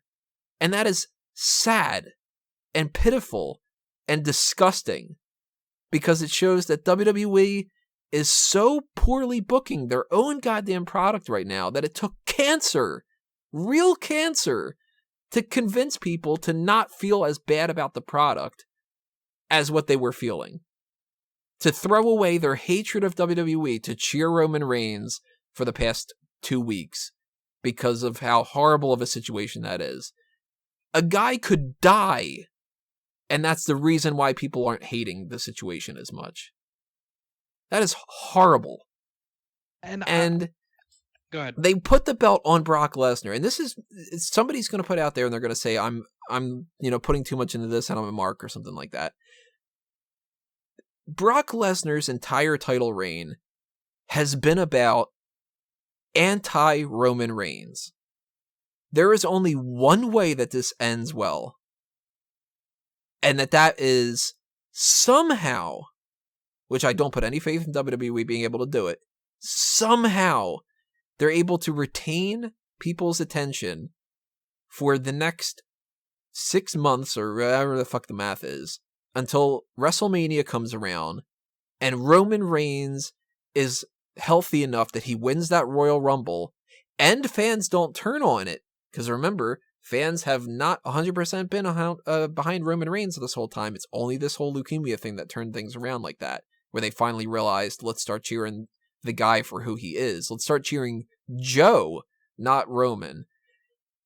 If you set this whole damn thing up just to do Brock Lesnar losing to Roman Reigns at WrestleMania again, you wasted an entire 2 years, and it took cancer to turn people around. Heyman is a guy who has eyes on the future, always has. I wonder what he truly thinks about what they're doing. I'll also say this too, just put it ahead of time, because my thoughts are going all over the place. They could have Braun Strowman come out tomorrow night, win the title, and I'm still not forgiving him for this. I agree. Technically, they can't do it tomorrow night because tomorrow night's Saturday. They could do this on Monday Night Raw. They could have Monday Night Raw start off with Roman Reigns in the ring saying, I demand a championship match. Brock Lesnar coming out, getting a roll-up and losing, or taking one power slam and losing, and Brock Lesnar crying his eyes out and running away and pooping his pants on the fucking way out to make him look like he's garbage. I don't forgive them for what they did tonight.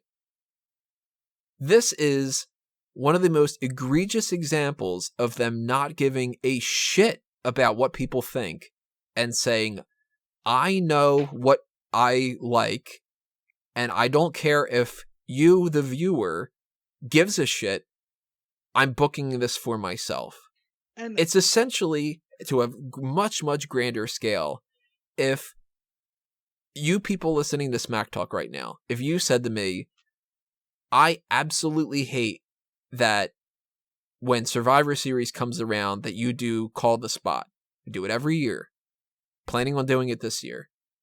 If you said, I put up a poll out there and it said, do you like Call the Spot or not?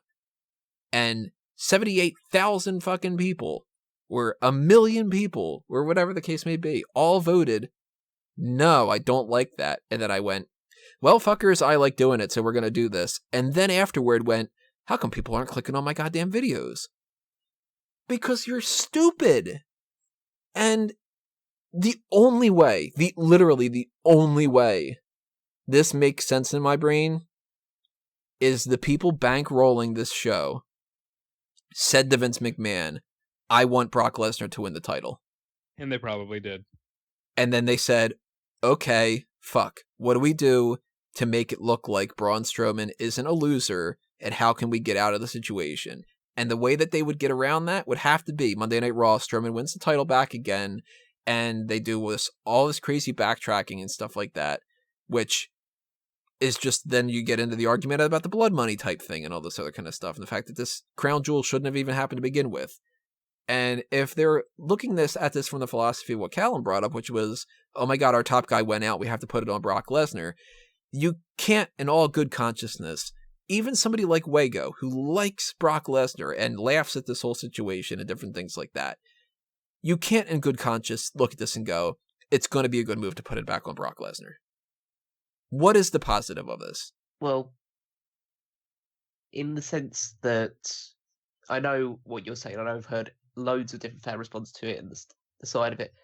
The issue always will be that no matter how much people shit on Lesnar, people say, oh, he never turns up, we hate the fact that he's Universal Champion. When he turns up on episode Raw, people tune in.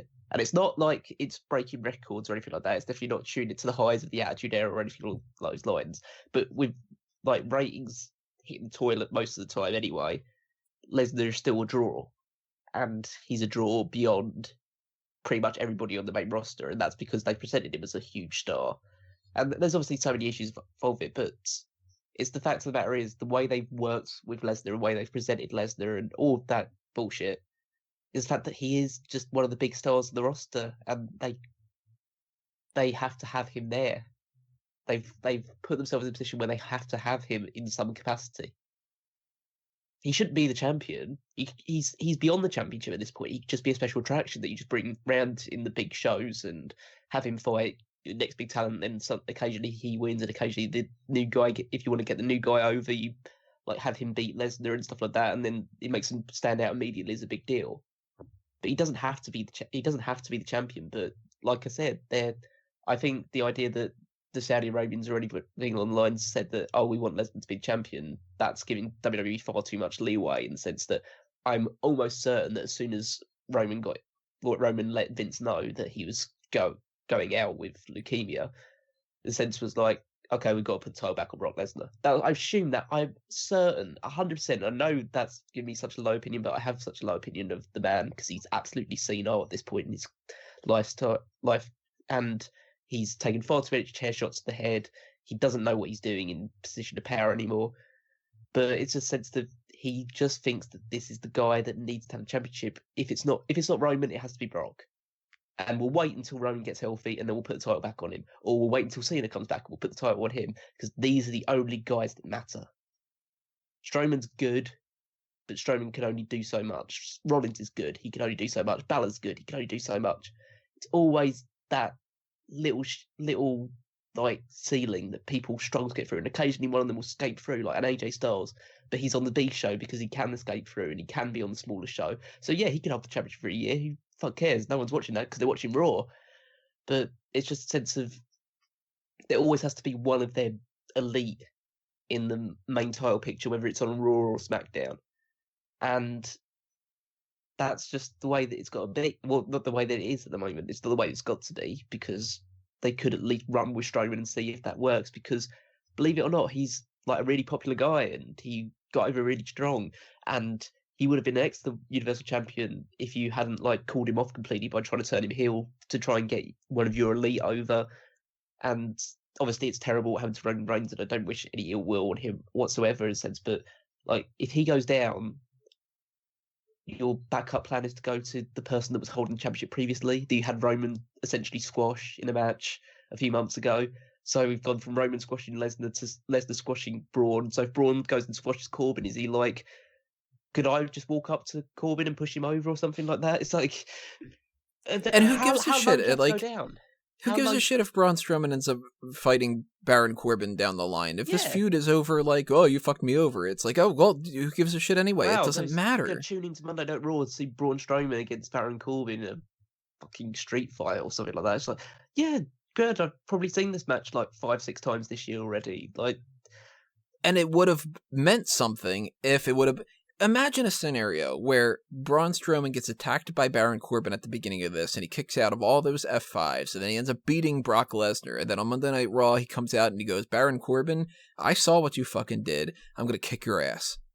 People would be like, oh, shit, the new Universal Champion Braun Strowman is going to kick the crap out of the Raw General Manager. Fuck, let me tune in and watch that.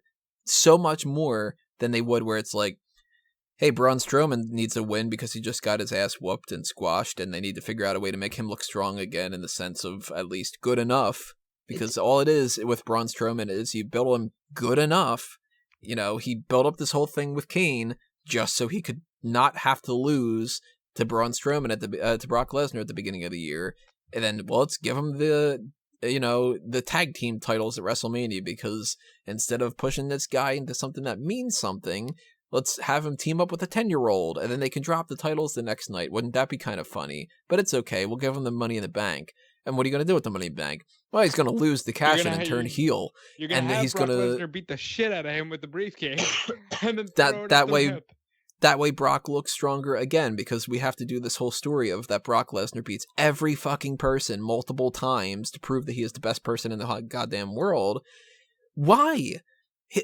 You mentioned he is a draw to a certain extent, but as far as I remember, and I do the ratings every single week on Monday Night Raw and on SmackDown, the ratings don't jump up from an 0.97 to a 6.4. They go from an 0.97 to an 0.98 or something like that. He's not the biggest draw in the fucking world. I don't remember there being that many 1.0 type things to begin with on Monday Night Raw the past year. So it's not like they're, every time we put Brock Lesnar as the champion on there, our ratings spike and we get 700,000 million fucking viewers more. It's not even that. And he can come in and he can do things without being the champion. But you just told a story about how frustrating it is for him not to be the champion, and how you even turned it into the story itself that you were addressing on the show of somebody like a Roman Reigns saying, I know that everybody is mad and don't want to watch Monday Night Raw when we don't have a Universal Champion and stuff, but I will be the guy that does that. And it couldn't still even get Roman Reigns over and stuff. So where are you going in the future with this? You're going to keep the title on Brock Lesnar until WrestleMania? Well, you know what? You might have just lost somebody that isn't going to buy a ticket for WrestleMania now, because I was figuring out a way for me to spend the money to go for WrestleMania for myself and for Caroline. And I had a group of somewhere between 12 to 19, potentially even more than that, friends of mine that were all going to go to WrestleMania. I haven't gotten a single message from any of them about going to WrestleMania now after this. And I am not only, of course, I'm not going to spend $200 on a fucking ticket to see Brock Lesnar as the champion. Hell no. There is no fucking way, especially because there's a chance that at the end of the night, he's still going to retain that title. And it's, they built up this story of him against Braun Strowman or something. Don't you want to see Braun Strowman against Brock Lesnar at WrestleMania where he finally wins the championship? No! Braun Strowman is my favorite person on the roster. I don't give a shit anymore because he lost at here. He lost at SummerSlam?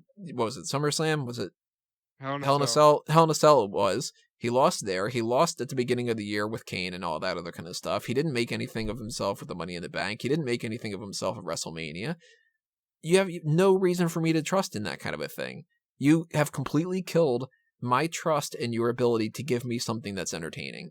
So you know what? I'm not giving you any money to give me something that's entertaining because you're not going to do it. And I am beyond sick and tired of writing these fucking articles of, I am sick and tired of Brock Lesnar being the champion, and I wish that they would just put it on somebody who made more sense. And I've repeated the same goddamn article for multiple outlets since January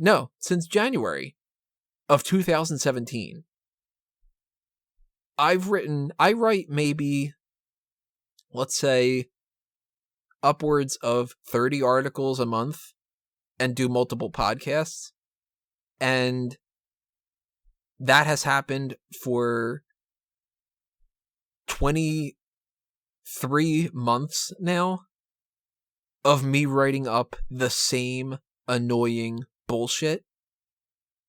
This is what makes me go, I don't even know if I want Smark Out Moment anymore. Because it's fun for me to go through and to say, man, NXT TakeOver War Games is probably going to kick some serious ass. Velveteen Dream is great. Tommaso Ciampa is amazing. Johnny Gargano is awesome. I don't know what they're going to do with this Gargano story, but I'm interested. And Aleister Black is fun to watch. and Shayna Baszler is so great in the ring, and Kairi Sane is fun, and War Games could be fun, and Ricochet is awesome, and I'm not a big fan of the War Raiders, but hey, Pete Dunne is on there, he has classic matches, and the Undisputed Era are awesome, and NXT TakeOver should be fucking amazing. Well, Survivor Series is coming up right after that, and you know what? If I'm going to have to write up an article on that, it's going to be about how stupid Brock Lesnar versus AJ Styles is again, because it's another goddamn rematch from last year. And they just do rematches. And if you mean to tell me that, I'm sorry I'm ranting so much, I'm not getting anybody a chance to talk, but this is because I'm just jumping around here, and I need to vent before I write more articles about how goddamn stupid this is, because if I write things on Bleacher Report and stuff of saying how goddamn stupid, they're going to fire me. But with something like AJ Styles and the whole Survivor Series situation, if you mean to try to make the argument of what we were saying beforehand, where we were saying maybe Survivor Series doesn't mean enough to them that they would want to put the belt on Samoa Joe to have Samoa Joe versus Braun Strowman, well then that clearly means that it doesn't mean enough to them to put the title on Brock Lesnar, to keep the title on him for this event, and then move the title over to Braun Strowman at TLC. Because if they're doing this just to have heel versus babyface at Survivor Series, they should have done it with goddamn Samoa Joe. There is no excuse in my mind for putting this title on Brock Lesnar again. It goes against the flow of the situation, the logic of it, the fans, everything. There is literally the only way that they can ever convince me that this is something that I shouldn't just crap all over them for, is if, and they should have done it immediately and they didn't do it yet, if they put out a press release that said, sorry everybody, this is a non-canon show, they wanted to see this, and on Monday Night Raw we're going to pick up as if this didn't even happen. Well, my biggest issue is simply that the main roster means nothing, and even if we go with a guy like Cena, you know, how often are we going to get Cena? Cena was squashed by The Undertaker and hasn't done a damn thing since. You know, it's just a matter of the main roster not feeling important and that making me tired of supporting them. If they can't support their own people that you're supposed to watch every single week, in the event that it builds up to pay-per-views, that in the event that when those pay-per-views don't work out and they go, yeah, but but like if we have Super Showdown end in a weird thing because we want to set up something at Evolution, if everything is built towards the hold on and wait for it, and the wait for it never fucking happens, and your whole week to week is a bunch of people that you're not invested in, and then you wonder why people aren't getting invested in your product. I watched the show It's Always Sunny in Philadelphia. It is one of my favorite TV shows. I love the show. If you got rid of the cast and put a brand new cast of people in there and then said, I wonder why people aren't watching this show, maybe it's because you're not putting the right people on there. And if WWE had only their typical people and people weren't watching it, and they weren't making these stupid-ass mistakes, then I could completely understand if they were like, well, we need to change things up and we can't depend on these people. But if you don't even give them a goddamn chance, because every opportunity you get to prove that they are not worth getting invested in, then no wonder people don't tune in, because it's like, well, I don't want to watch Braun Strowman against Brock Lesnar. We know that Brock Lesnar will win. He always does. Or, well, the only reason to watch Crown Jewel is because DX and the Brothers of Destruction are back. And then they'll fuck off again until the next big enough event. And, well, I guess Survivor Series is happening, and hey, everybody, shouldn't you be all excited about that Mike Kanellis match on Monday Night Raw? No. Oh, look at this, we got No Way Jose popping up on Main Event. You think I fucking watch Main Event? You don't even list it on your goddamn website. This is a company that I almost feel, even more now than I did before, Vince McMahon's getting off on this. That he is just like, that maybe he's laughing backstage right now with a giant boner because he's just like, I got them again. They are so pissed. And I don't tune into a show that's scripted, that they can plan things out to be annoyed. It's not the same as heel heat. If you love the Philadelphia Eagles or the, I don't know, Chicago Bulls or the New York Yankees. Sports are the type of thing that you can't script, and if your team loses, that's how it played out. If you're watching a fucking show that they write, and they purposely do things knowing that it's going to make people mad on a show that they are getting criticism for so many things that are on a much, much more serious regard than whether or not the champion is somebody that's interesting to watch, you don't pick an event like this to fuck around.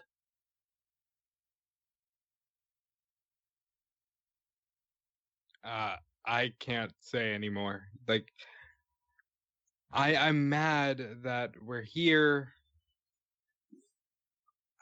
I don't know where to go from here. It's a fucking shame. It's just wrong. Literally the only reason that I'm doing this podcast right now and that I'll be writing up the articles that I've been writing up and stuff like that, and that, I mean, I'll say it right now, I'll be tuning in on Monday Night Raw. I'm not going to be like, oh, I'm not going to fucking tune in and stuff. I'm going to do it. The only reason why is because I have money attached to this now. Back when I stopped watching it before, I wasn't getting paid to write about WWE. Now that I do, that's the only reason I'm doing this now. Officially, today, with the way that they did this kind of shit, I'm officially able to say this is a job, the same as if I were to work at somewhere else. If I were to go and, I don't know, take a job doing inventory at UPS, or if I were to wait tables or whatever like that, it's a job now. It's not fun. Thank you, WWE. You know? Cosign. That sums it up, yeah. I can't even say this is a job, so. Yeah, where do you go from here? I don't go to Monday Night Raw or SmackDown anymore. That's I think. Thankfully, Power Struggle is tonight. Yeah, I think it just reinvigorates, because I don't want to. We don't want to come across as like we hate professional wrestling. No, we hate WWE. Yeah, and that's maybe even like a strong way of putting it. But like at the moment, the feelings are of hatred towards WWE. It's not just like, oh, they're just doing things badly. Yeah, it's just a legitimate. They don't seem to care about us, so why should we care about them? And there's so much other great wrestling out there that other people might want to check out, or other people might just be excited to check out, and I'd urge everyone to do it, because at the end of the day, the only thing that WWE is going to listen to, they can see all your complaints on Twitter or on, like we do on our podcast and stuff like that, or in the other forums you want to talk about this stuff and say how it's a bad decision. The only way WWE is going to pay any attention to it is if you just stop watching. Or if you don't give money to the network and you don't give them any sort of backing, even with NXT and stuff like that. If you want to really stick it to them, and I know we talk about how great NXT is and how great the Mae Young Classic is, but as soon as they give you like one little nugget to keep you just like wanting to tune in more and stuff like that, say, oh, see, the company's doing this, so that's good. It just gives them like the reason they need to just shit on everything else. So if you want like a really fundamental change in the main roster stuff, or the structure of the pay-per-views, or who gets pushed, or anything along those lines, you have to just stop watching. It's the only way they'll ever listen to you. It is, and I will even say to people out there, do this. Cancel it right now. Cancel it as soon as you're hearing this if you haven't canceled it already, because the sooner you cancel it, the better when it comes to that.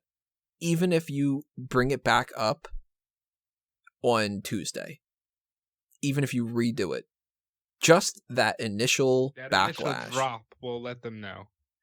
And if you want to watch NXT, there's websites that you can just watch a stream of it. Watchwrestling.com, whatever it was. I don't know. It's dot something now. I guarantee it's not .com, because they would have gotten that taken down. But it was like watchwrestling.net and watchwrestling.tv or whatever. I don't know. You can Google this kind of shit. You can check out Squared Circle on Reddit. You can find it. You can find torrents of it. You can illegally watch things like that. And that way you can check out your NXT, and that they don't get a dime from you because of it, because they're not getting a subscription for you. And that is the only way that you can convince them that, and don't turn on Monday Night Raw on And TV. just saying, just to cover any bases, we're not saying that you should do that, but we're not saying that you shouldn't do that. And while I'll put we're it out at there to say it is illegal to do it, so you can't officially be like, yes, here is the link to whatever, and you should go do it, and I endorse stealing. But I endorse the idea of, hey, you know what? Maybe if you've got a whole bunch of friends, and there's 50 friends of yours, and you're all subscribed to the WWE Network, and you all live in the same area, maybe 49 of you unsubscribe from the WWE Network, and if you really want to watch that stuff legally, everybody goes over to that person's house. They just lost 49 out of their 50 subscriptions. and That's a legal way to do it.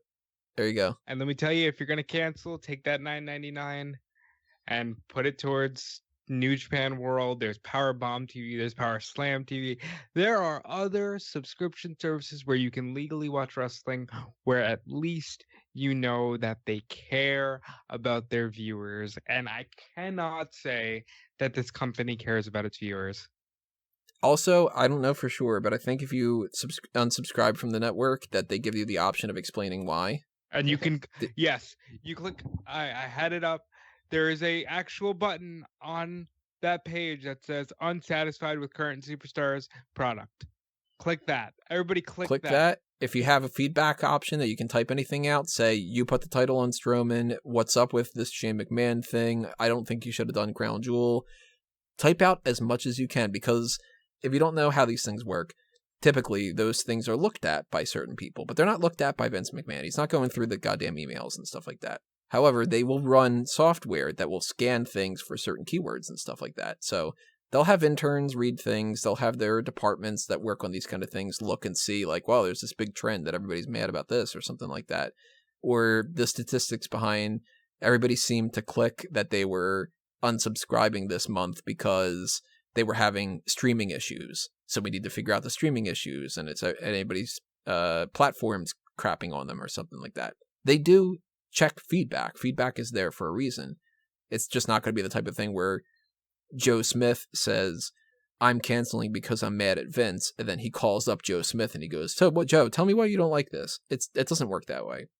If you type out, though, all the information that you can when it comes to that stuff, if they see that they lost 20,000 subscribers today, and it all says, like, Crown Jewel booking, what the fuck you doing with Brock? Then they'll go, God damn it, we're losing a lot of people here and stuff. And they might not fix it because they might be ignorant and stupid enough to, stay stubborn and go, oh, I don't know what they want. They want the things that they hate. Like, have you ever done that? Let me just ask you guys, too. Have you ever purposely done something that you know would piss you off?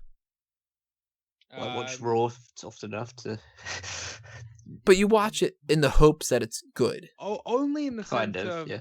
I've put myself through situations with things like this that I care about and I want to be good. But I've never said, you know what? I'm going to go run into that pole and see how I come out. Mm-hmm. So how many times can you watch the same thing that proves itself to be a pain in the ass before you just go, I'm done? And I'm looking at my comments right here on my Bleacher Report article that I had written up of the highlights and low points, which there was one highlight on the entire thing. And we're going to get to that because we didn't finish out this review yet. These are some of the comments that are going on right now.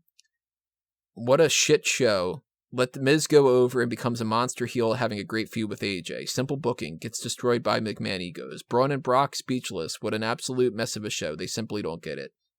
I wonder if years from now we'll be looking at this show the way that we look at the finger poke of doom.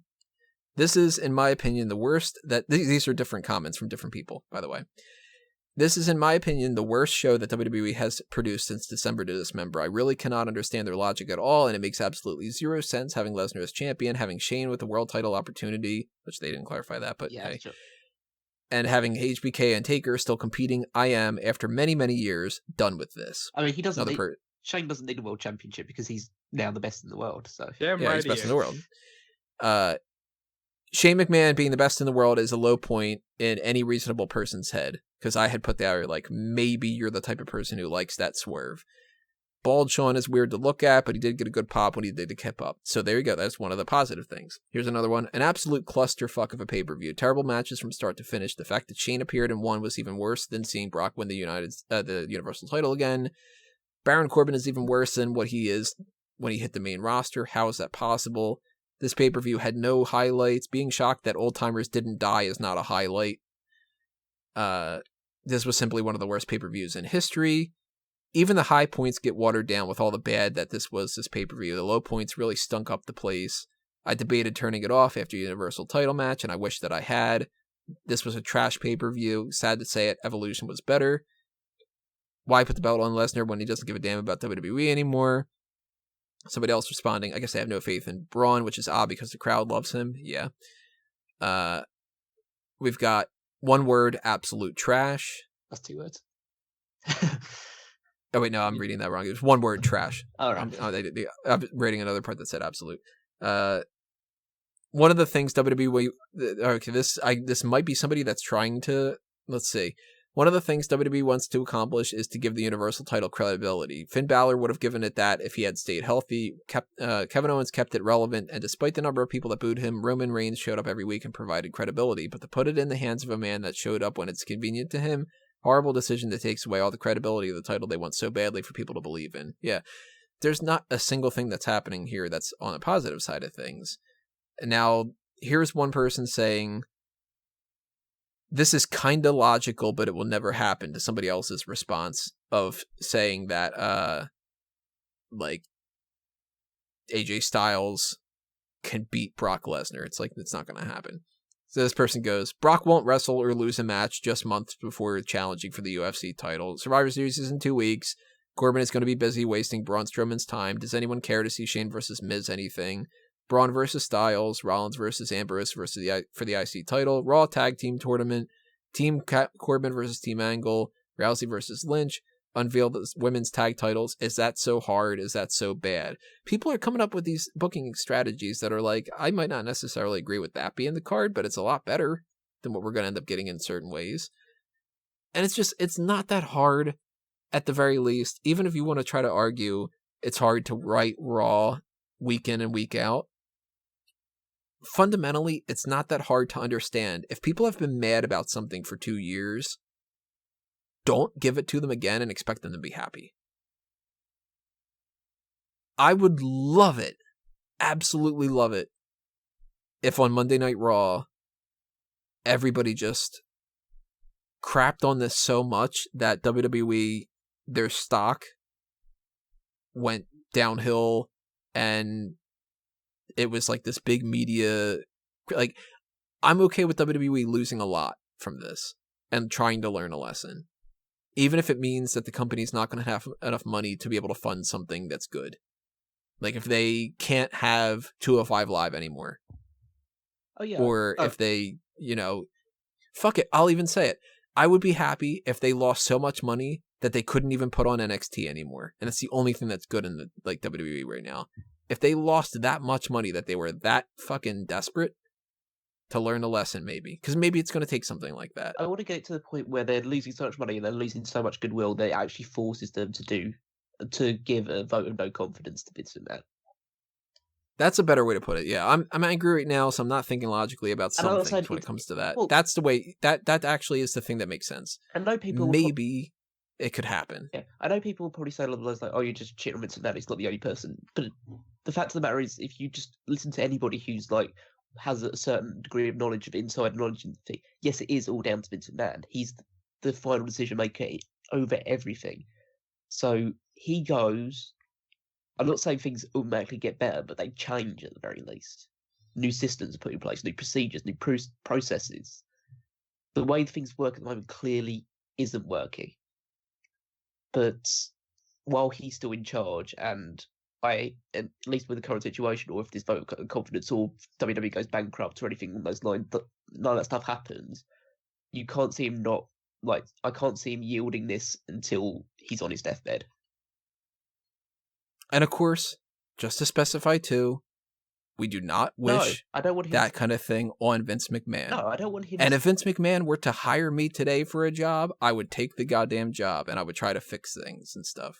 It's just a matter of when things keep happening like this, it really actually legitimately starts to bring up the question, is Vince McMahon able to run this company? maybe he has the wrong opinions every once in a while. Maybe he pushes Thurman Sparky Plug because he thinks that that's not a dumbass name. But in the past, did they run into issues like they've been having these past couple of years? No. They made some mistakes, but they tried, and they had some people that were like, people try to argue like, well, the Diesel year of being champion was one of the worst years for WWE and stuff like that. Logically, though, if you think about it, Diesel was over with the crowd, and they gave him a title, and they tried to make him a big deal. That makes sense. It didn't really work, but it makes sense. How do you justify the way that they've been booking with Brock Lesnar and stuff? You don't. Oh, he's a big fucking name. Okay. Who's going to tune in now when he's lost all that goodwill? This is just one of those situations where I am so beyond frustrated that this company is doing the things that they do, not because it's shit and it sucks and I should just get over it, because I know that it could be better, and it just isn't. And the reason it isn't because of budget problems, or a lack of in-ring talent, or a lack of focus, or that they don't have, there's indie shows that are like, this would be great to watch on TV, but because they're an indie thing, nobody knows who they are and they don't have a TV deal. This company has all the money in the fucking world to deal with.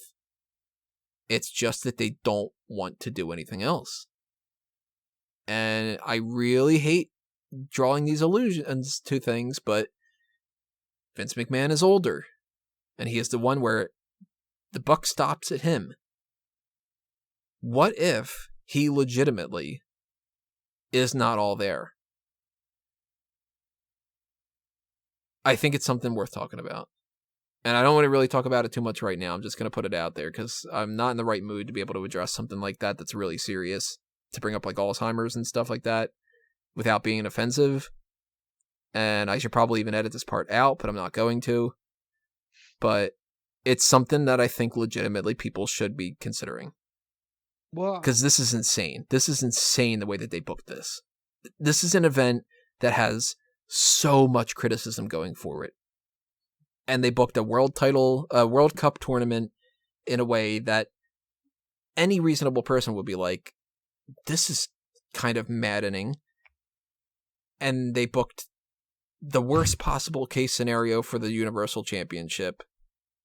And they did a repeat for the WWE Championship. And it's... I'm over it. I'm done talking about that. Anybody else want to throw any points out there? I think we've probably ripped people's ears off enough. We should probably just go to the main event and try and bring this home. Speaking of beating a dead horse into the ground, the main event. Am I right? I will give him credit. Hey, after all this stuff, that's why I didn't want to end with the Brock Lesnar stuff. This was actually a better match than I was expecting it to be. And Shawn Michaels is still Shawn Michaels. Look at that. A guy who's the best ever can still go. As bad as he looked, he still outshined all three other guys. He was the anchor. He kept us going. And that's saying he hasn't wrestled in 8.5 years. He doesn't even look like himself. And he did get winded early on. And he still outshined Undertaker, Triple H, and Kane. Especially Kane.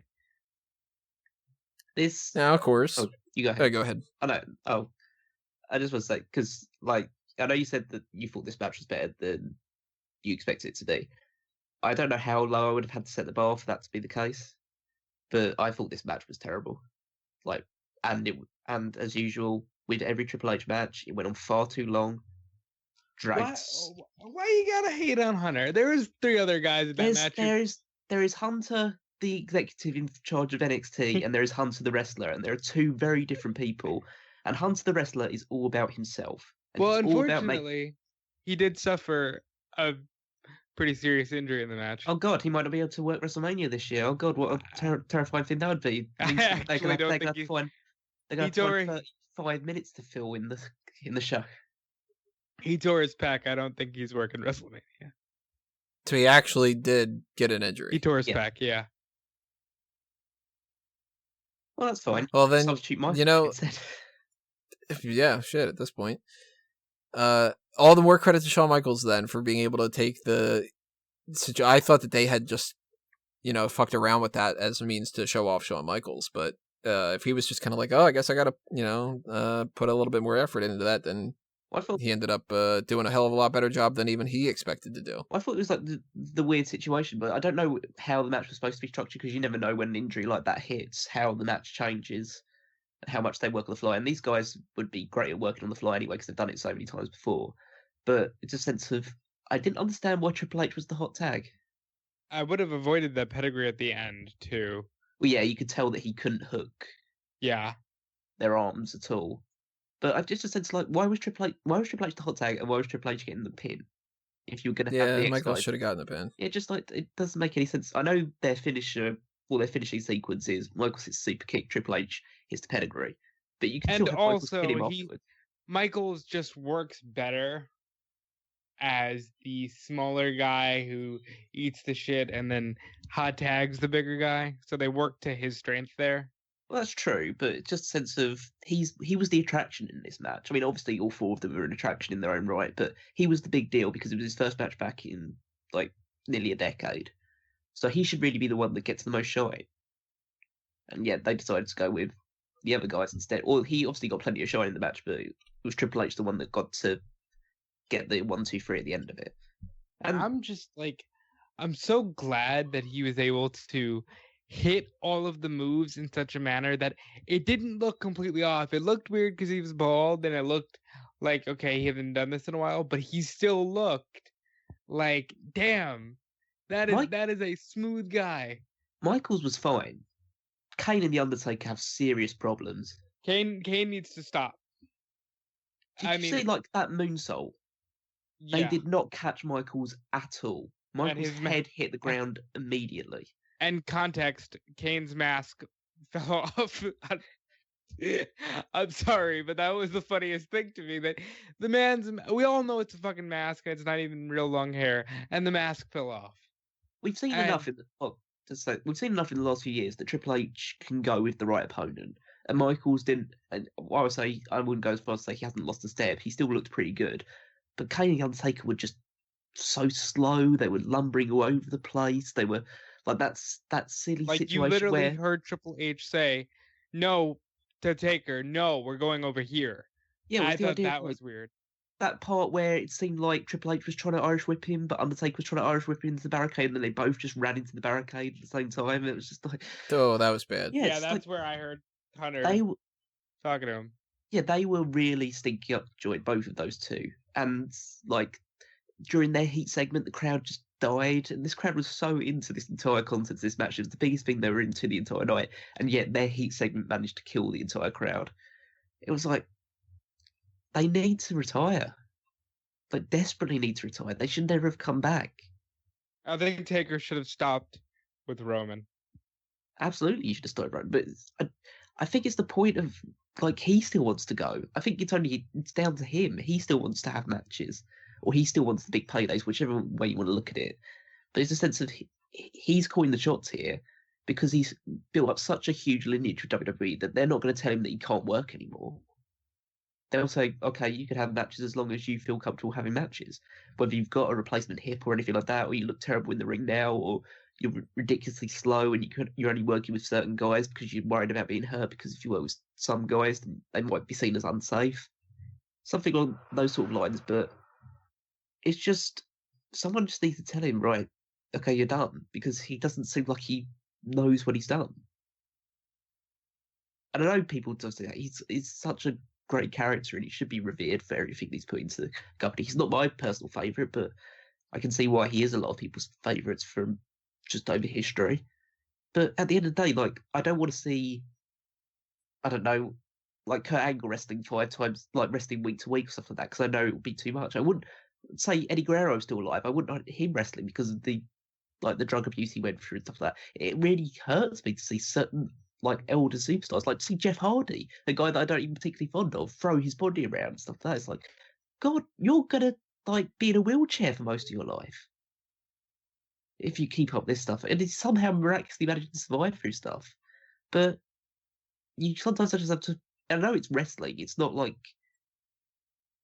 but it's the thing I said, like the hazards are real. Whatever that like stupid promo thing that they used to do was, it's just a sense of they're still putting their bodies on the line in these moments, and eventually at one point you get a situation like Sting where just one move and then you're done.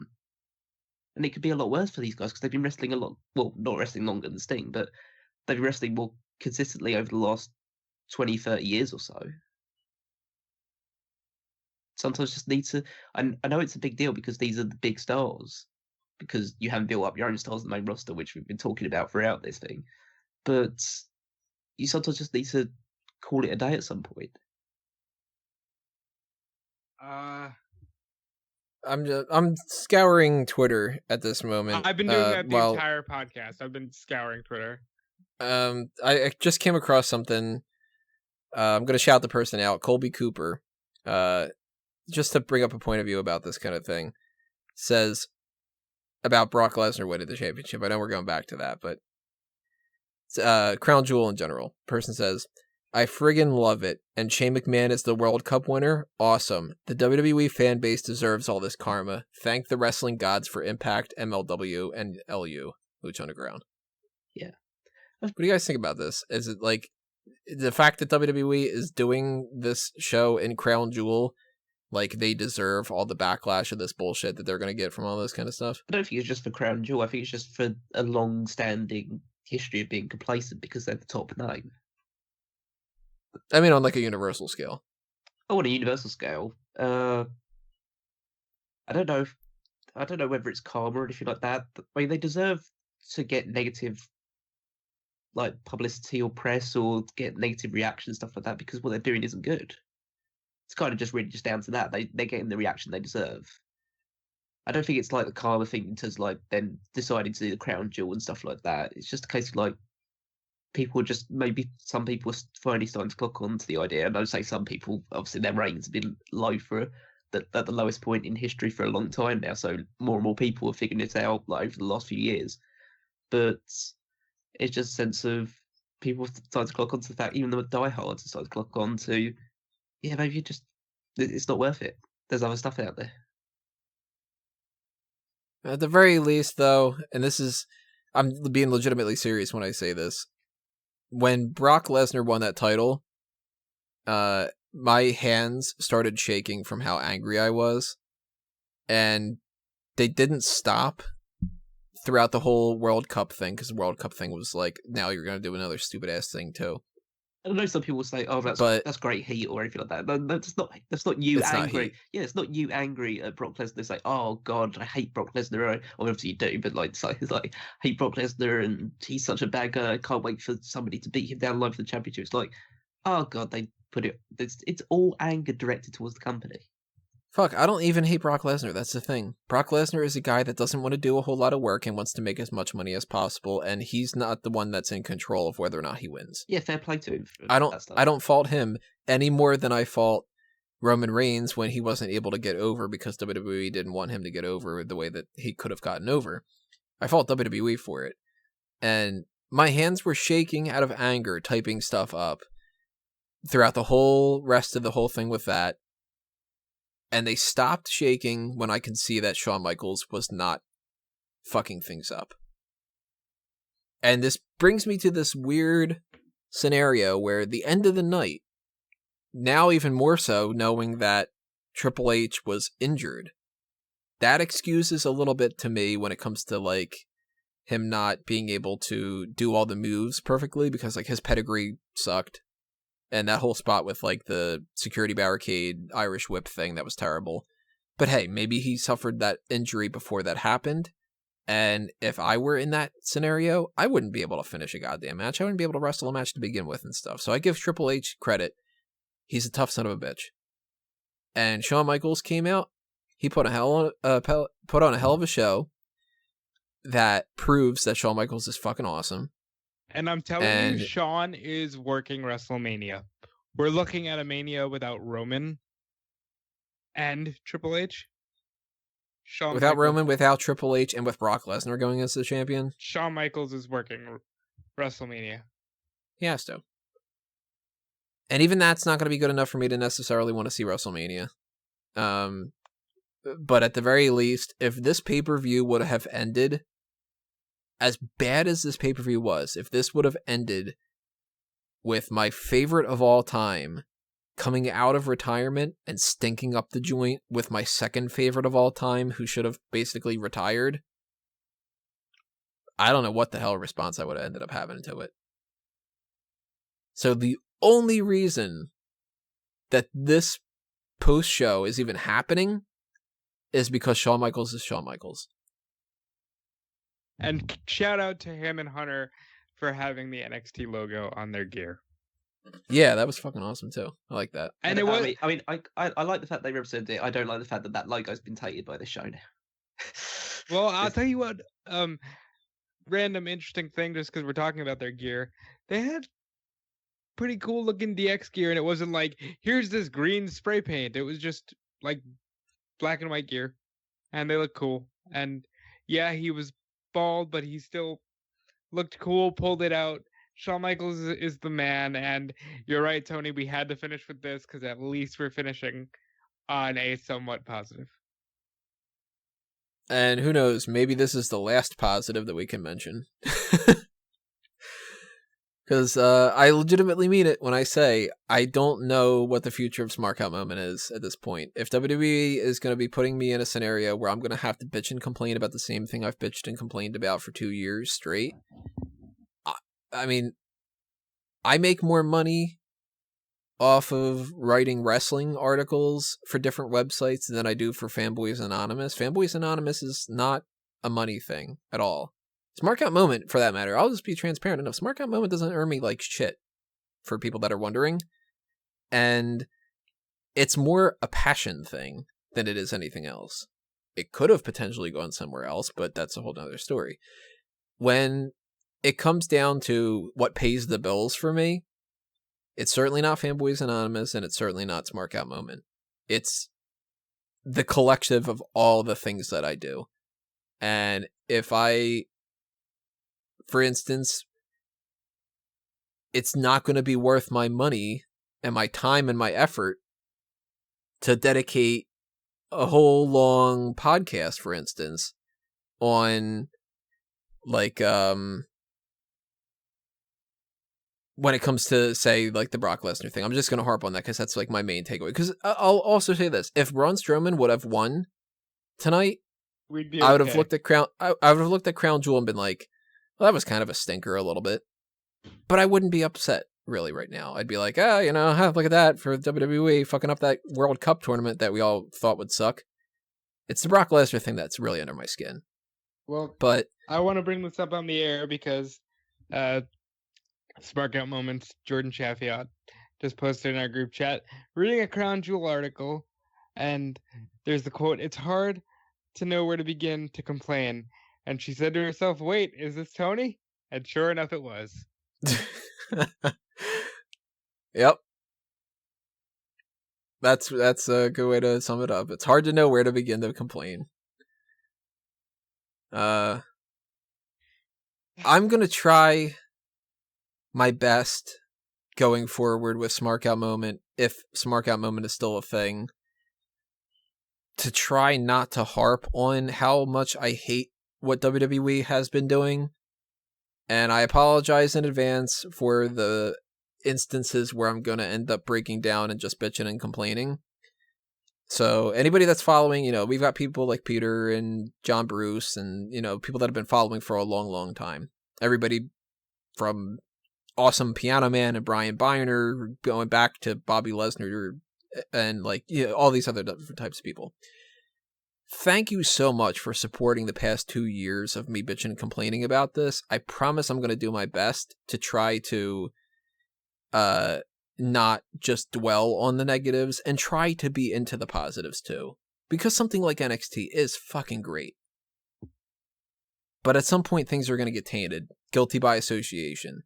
And if I have the motivation to keep Smark Out Moment going for the next couple of months, there may not be as much of a focus on the mainstream stuff. We might be doing things that are more along the lines of, I know that, a big deal is that TLC is coming up and TLC fucking sucks. So you know what? Instead of TLC predictions, maybe we're going to do like top rope list of our favorite foreign objects. Shit that's not going to get any hits, but hey, it'll be more fun than talking about Brock Lesnar again. We can go back and do like retro shows, stuff when we actually were enjoying the product and stuff like that. I support this. Instead of doing like a TLC upcoming one for 2018, let's go back and do like a wacky version of just doing a pay-per-view predictions for, or like a retrospective on, I don't know, Backlash 99 or something. Just like, instead of like having to review a show that we know is going to be terrible, we know we're going to be bitching and moaning about it, just like go back and revisit something that and try and look at it in a different light, almost. I think there's a lot of scope for us to still continue. I mean, it's down to Tony at the end of the day because he puts all the man hours in, and we do appreciate how much work he puts into it. But I would like to keep this going, even if what we know about the current product is like draining all of us, and it is draining all three of us. And we're not alone in that, and probably whether you're following us on Smark at the moment or through just other means and stuff like that, if you just follow the podcast or you check out the website or anything like that, we can imagine a lot of you are pretty drained with certain aspects of the product, because how couldn't you be? But there's other ways we can hopefully try and keep this going, try and keep us passionate about it, because at the moment, like you guys say, it feels just like an obligation as opposed to something that we actually really want to do all the time. Well, let me just say that I love Spark Out Moment. I have a lot of good things in my life right now because of the work that I've done with Tony and Spark Out Moment. But I would much rather do fun things like the Mount Rushmore of women's wrestling than talk about TLC. Yep. And for that matter, hot tags might be going away. It's a decision that I kind of thought of not that long ago. When it comes to, I mean, not that long ago, meaning like this is a 2.5 hour podcast so far. I probably started thinking about that an hour and a half ago. I might get rid of hot tags, and I might transition things over and change this to something that's a little bit more along the lines of the All Talk Show. Maybe on Monday nights we do something called like the Monday Night Cast or something like that. I don't fucking know. I'm literally just trying to think of this. The Monday Night Show, whatever. And we just talk about whatever. And then if that's the case, maybe I get rid of the mailbag. And maybe we just kind of shoot the shit and do whatever the case may be. Or maybe I just say fuck it and we have fun and do the All Talk Show. And I look more into spending my time figuring out how to do the live broadcasting and stuff like that. And I don't do Smack Talk every week. Maybe Smack Talk becomes the type of thing that when we think of a good enough topic, we do it. Like with Fanboys, where every once in a while it's like, you know what, hey, I actually do want to review that. I'll do a review point of it or something like that. It could be the case. So at the very least, I want to thank everybody for listening to what they've listened to and stuff, and to give them a little bit of peace of mind. This isn't going to be the type of thing where this is the very, very last thing you're ever going to hear, and then tomorrow you're going to click on smarkoutmoment.com and it's going to say like 404 message or something like that. It's not happening. But things are probably going to be changing a little bit as I focus more on not being so goddamn frustrated all the time, because WWE is not helping. And we'll see. Crown Jewel is the worst pay-per-view of the year. Yep. For sure. Yeah, let's we'll chalk that up into the awards and stuff like that. Because who knows whether that will still be going on at this point, but it's like, yeah, we might as well just chalk this up right now. There is absolutely no way WWE could make any of their remaining shows this year any worse than this show. And if they manage to do it, unless one of their wrestlers like dies on the actual show. But right, yeah. Yeah, throwing my hands up in the air. I don't know.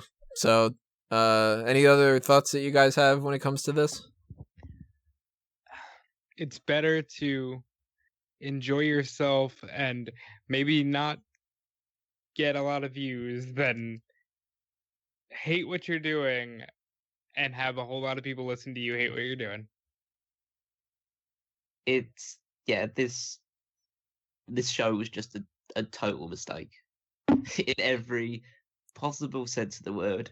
And I think I put it in the group chat earlier, so I'll just repeat here. It's left me with the feeling that WWE is morally, creatively, and like intelligently bankrupt. And the only thing they're not is bankrupt. And my final words are going to be, fuck you. That's it. Just fuck you. And let's be clear, I mean, plugs. If you're loyal, you know where to follow us. I do work WrestleZone. I will be doing that as soon as I jump off here. Yeah, keep supporting. That's it for me. Yeah, I feel terrible in the sense like check out all the weekly articles on Smark Moment, because who knows how long you'll get the chance to read them and stuff like that. Just adds a little bit more attention to it. But yeah, just like I'll probably do the power rankings up.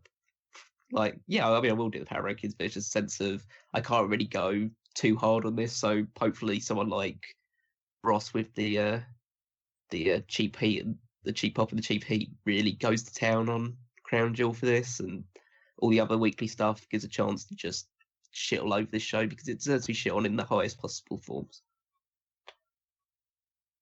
My plugs. At Smark Moment all over the place. At Fanboys Anonymous if you want to hear me say some good things about some things that I enjoy. And if you do want to show your support to try to keep Smark Moment going in the direction of being like, let's try to do some different things and stuff like that, the absolute best way to convince me to not abandon the website is Patreon at this point. I usually plug the TeePublic and the Redbubble, not even that, really. It's the Patreon.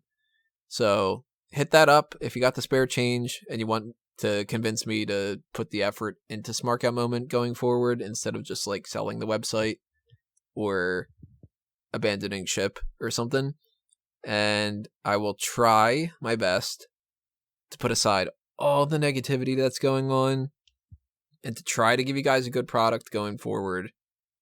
But I can't make any promises. That's basically what it boils down to. But I do want to thank you for listening to this.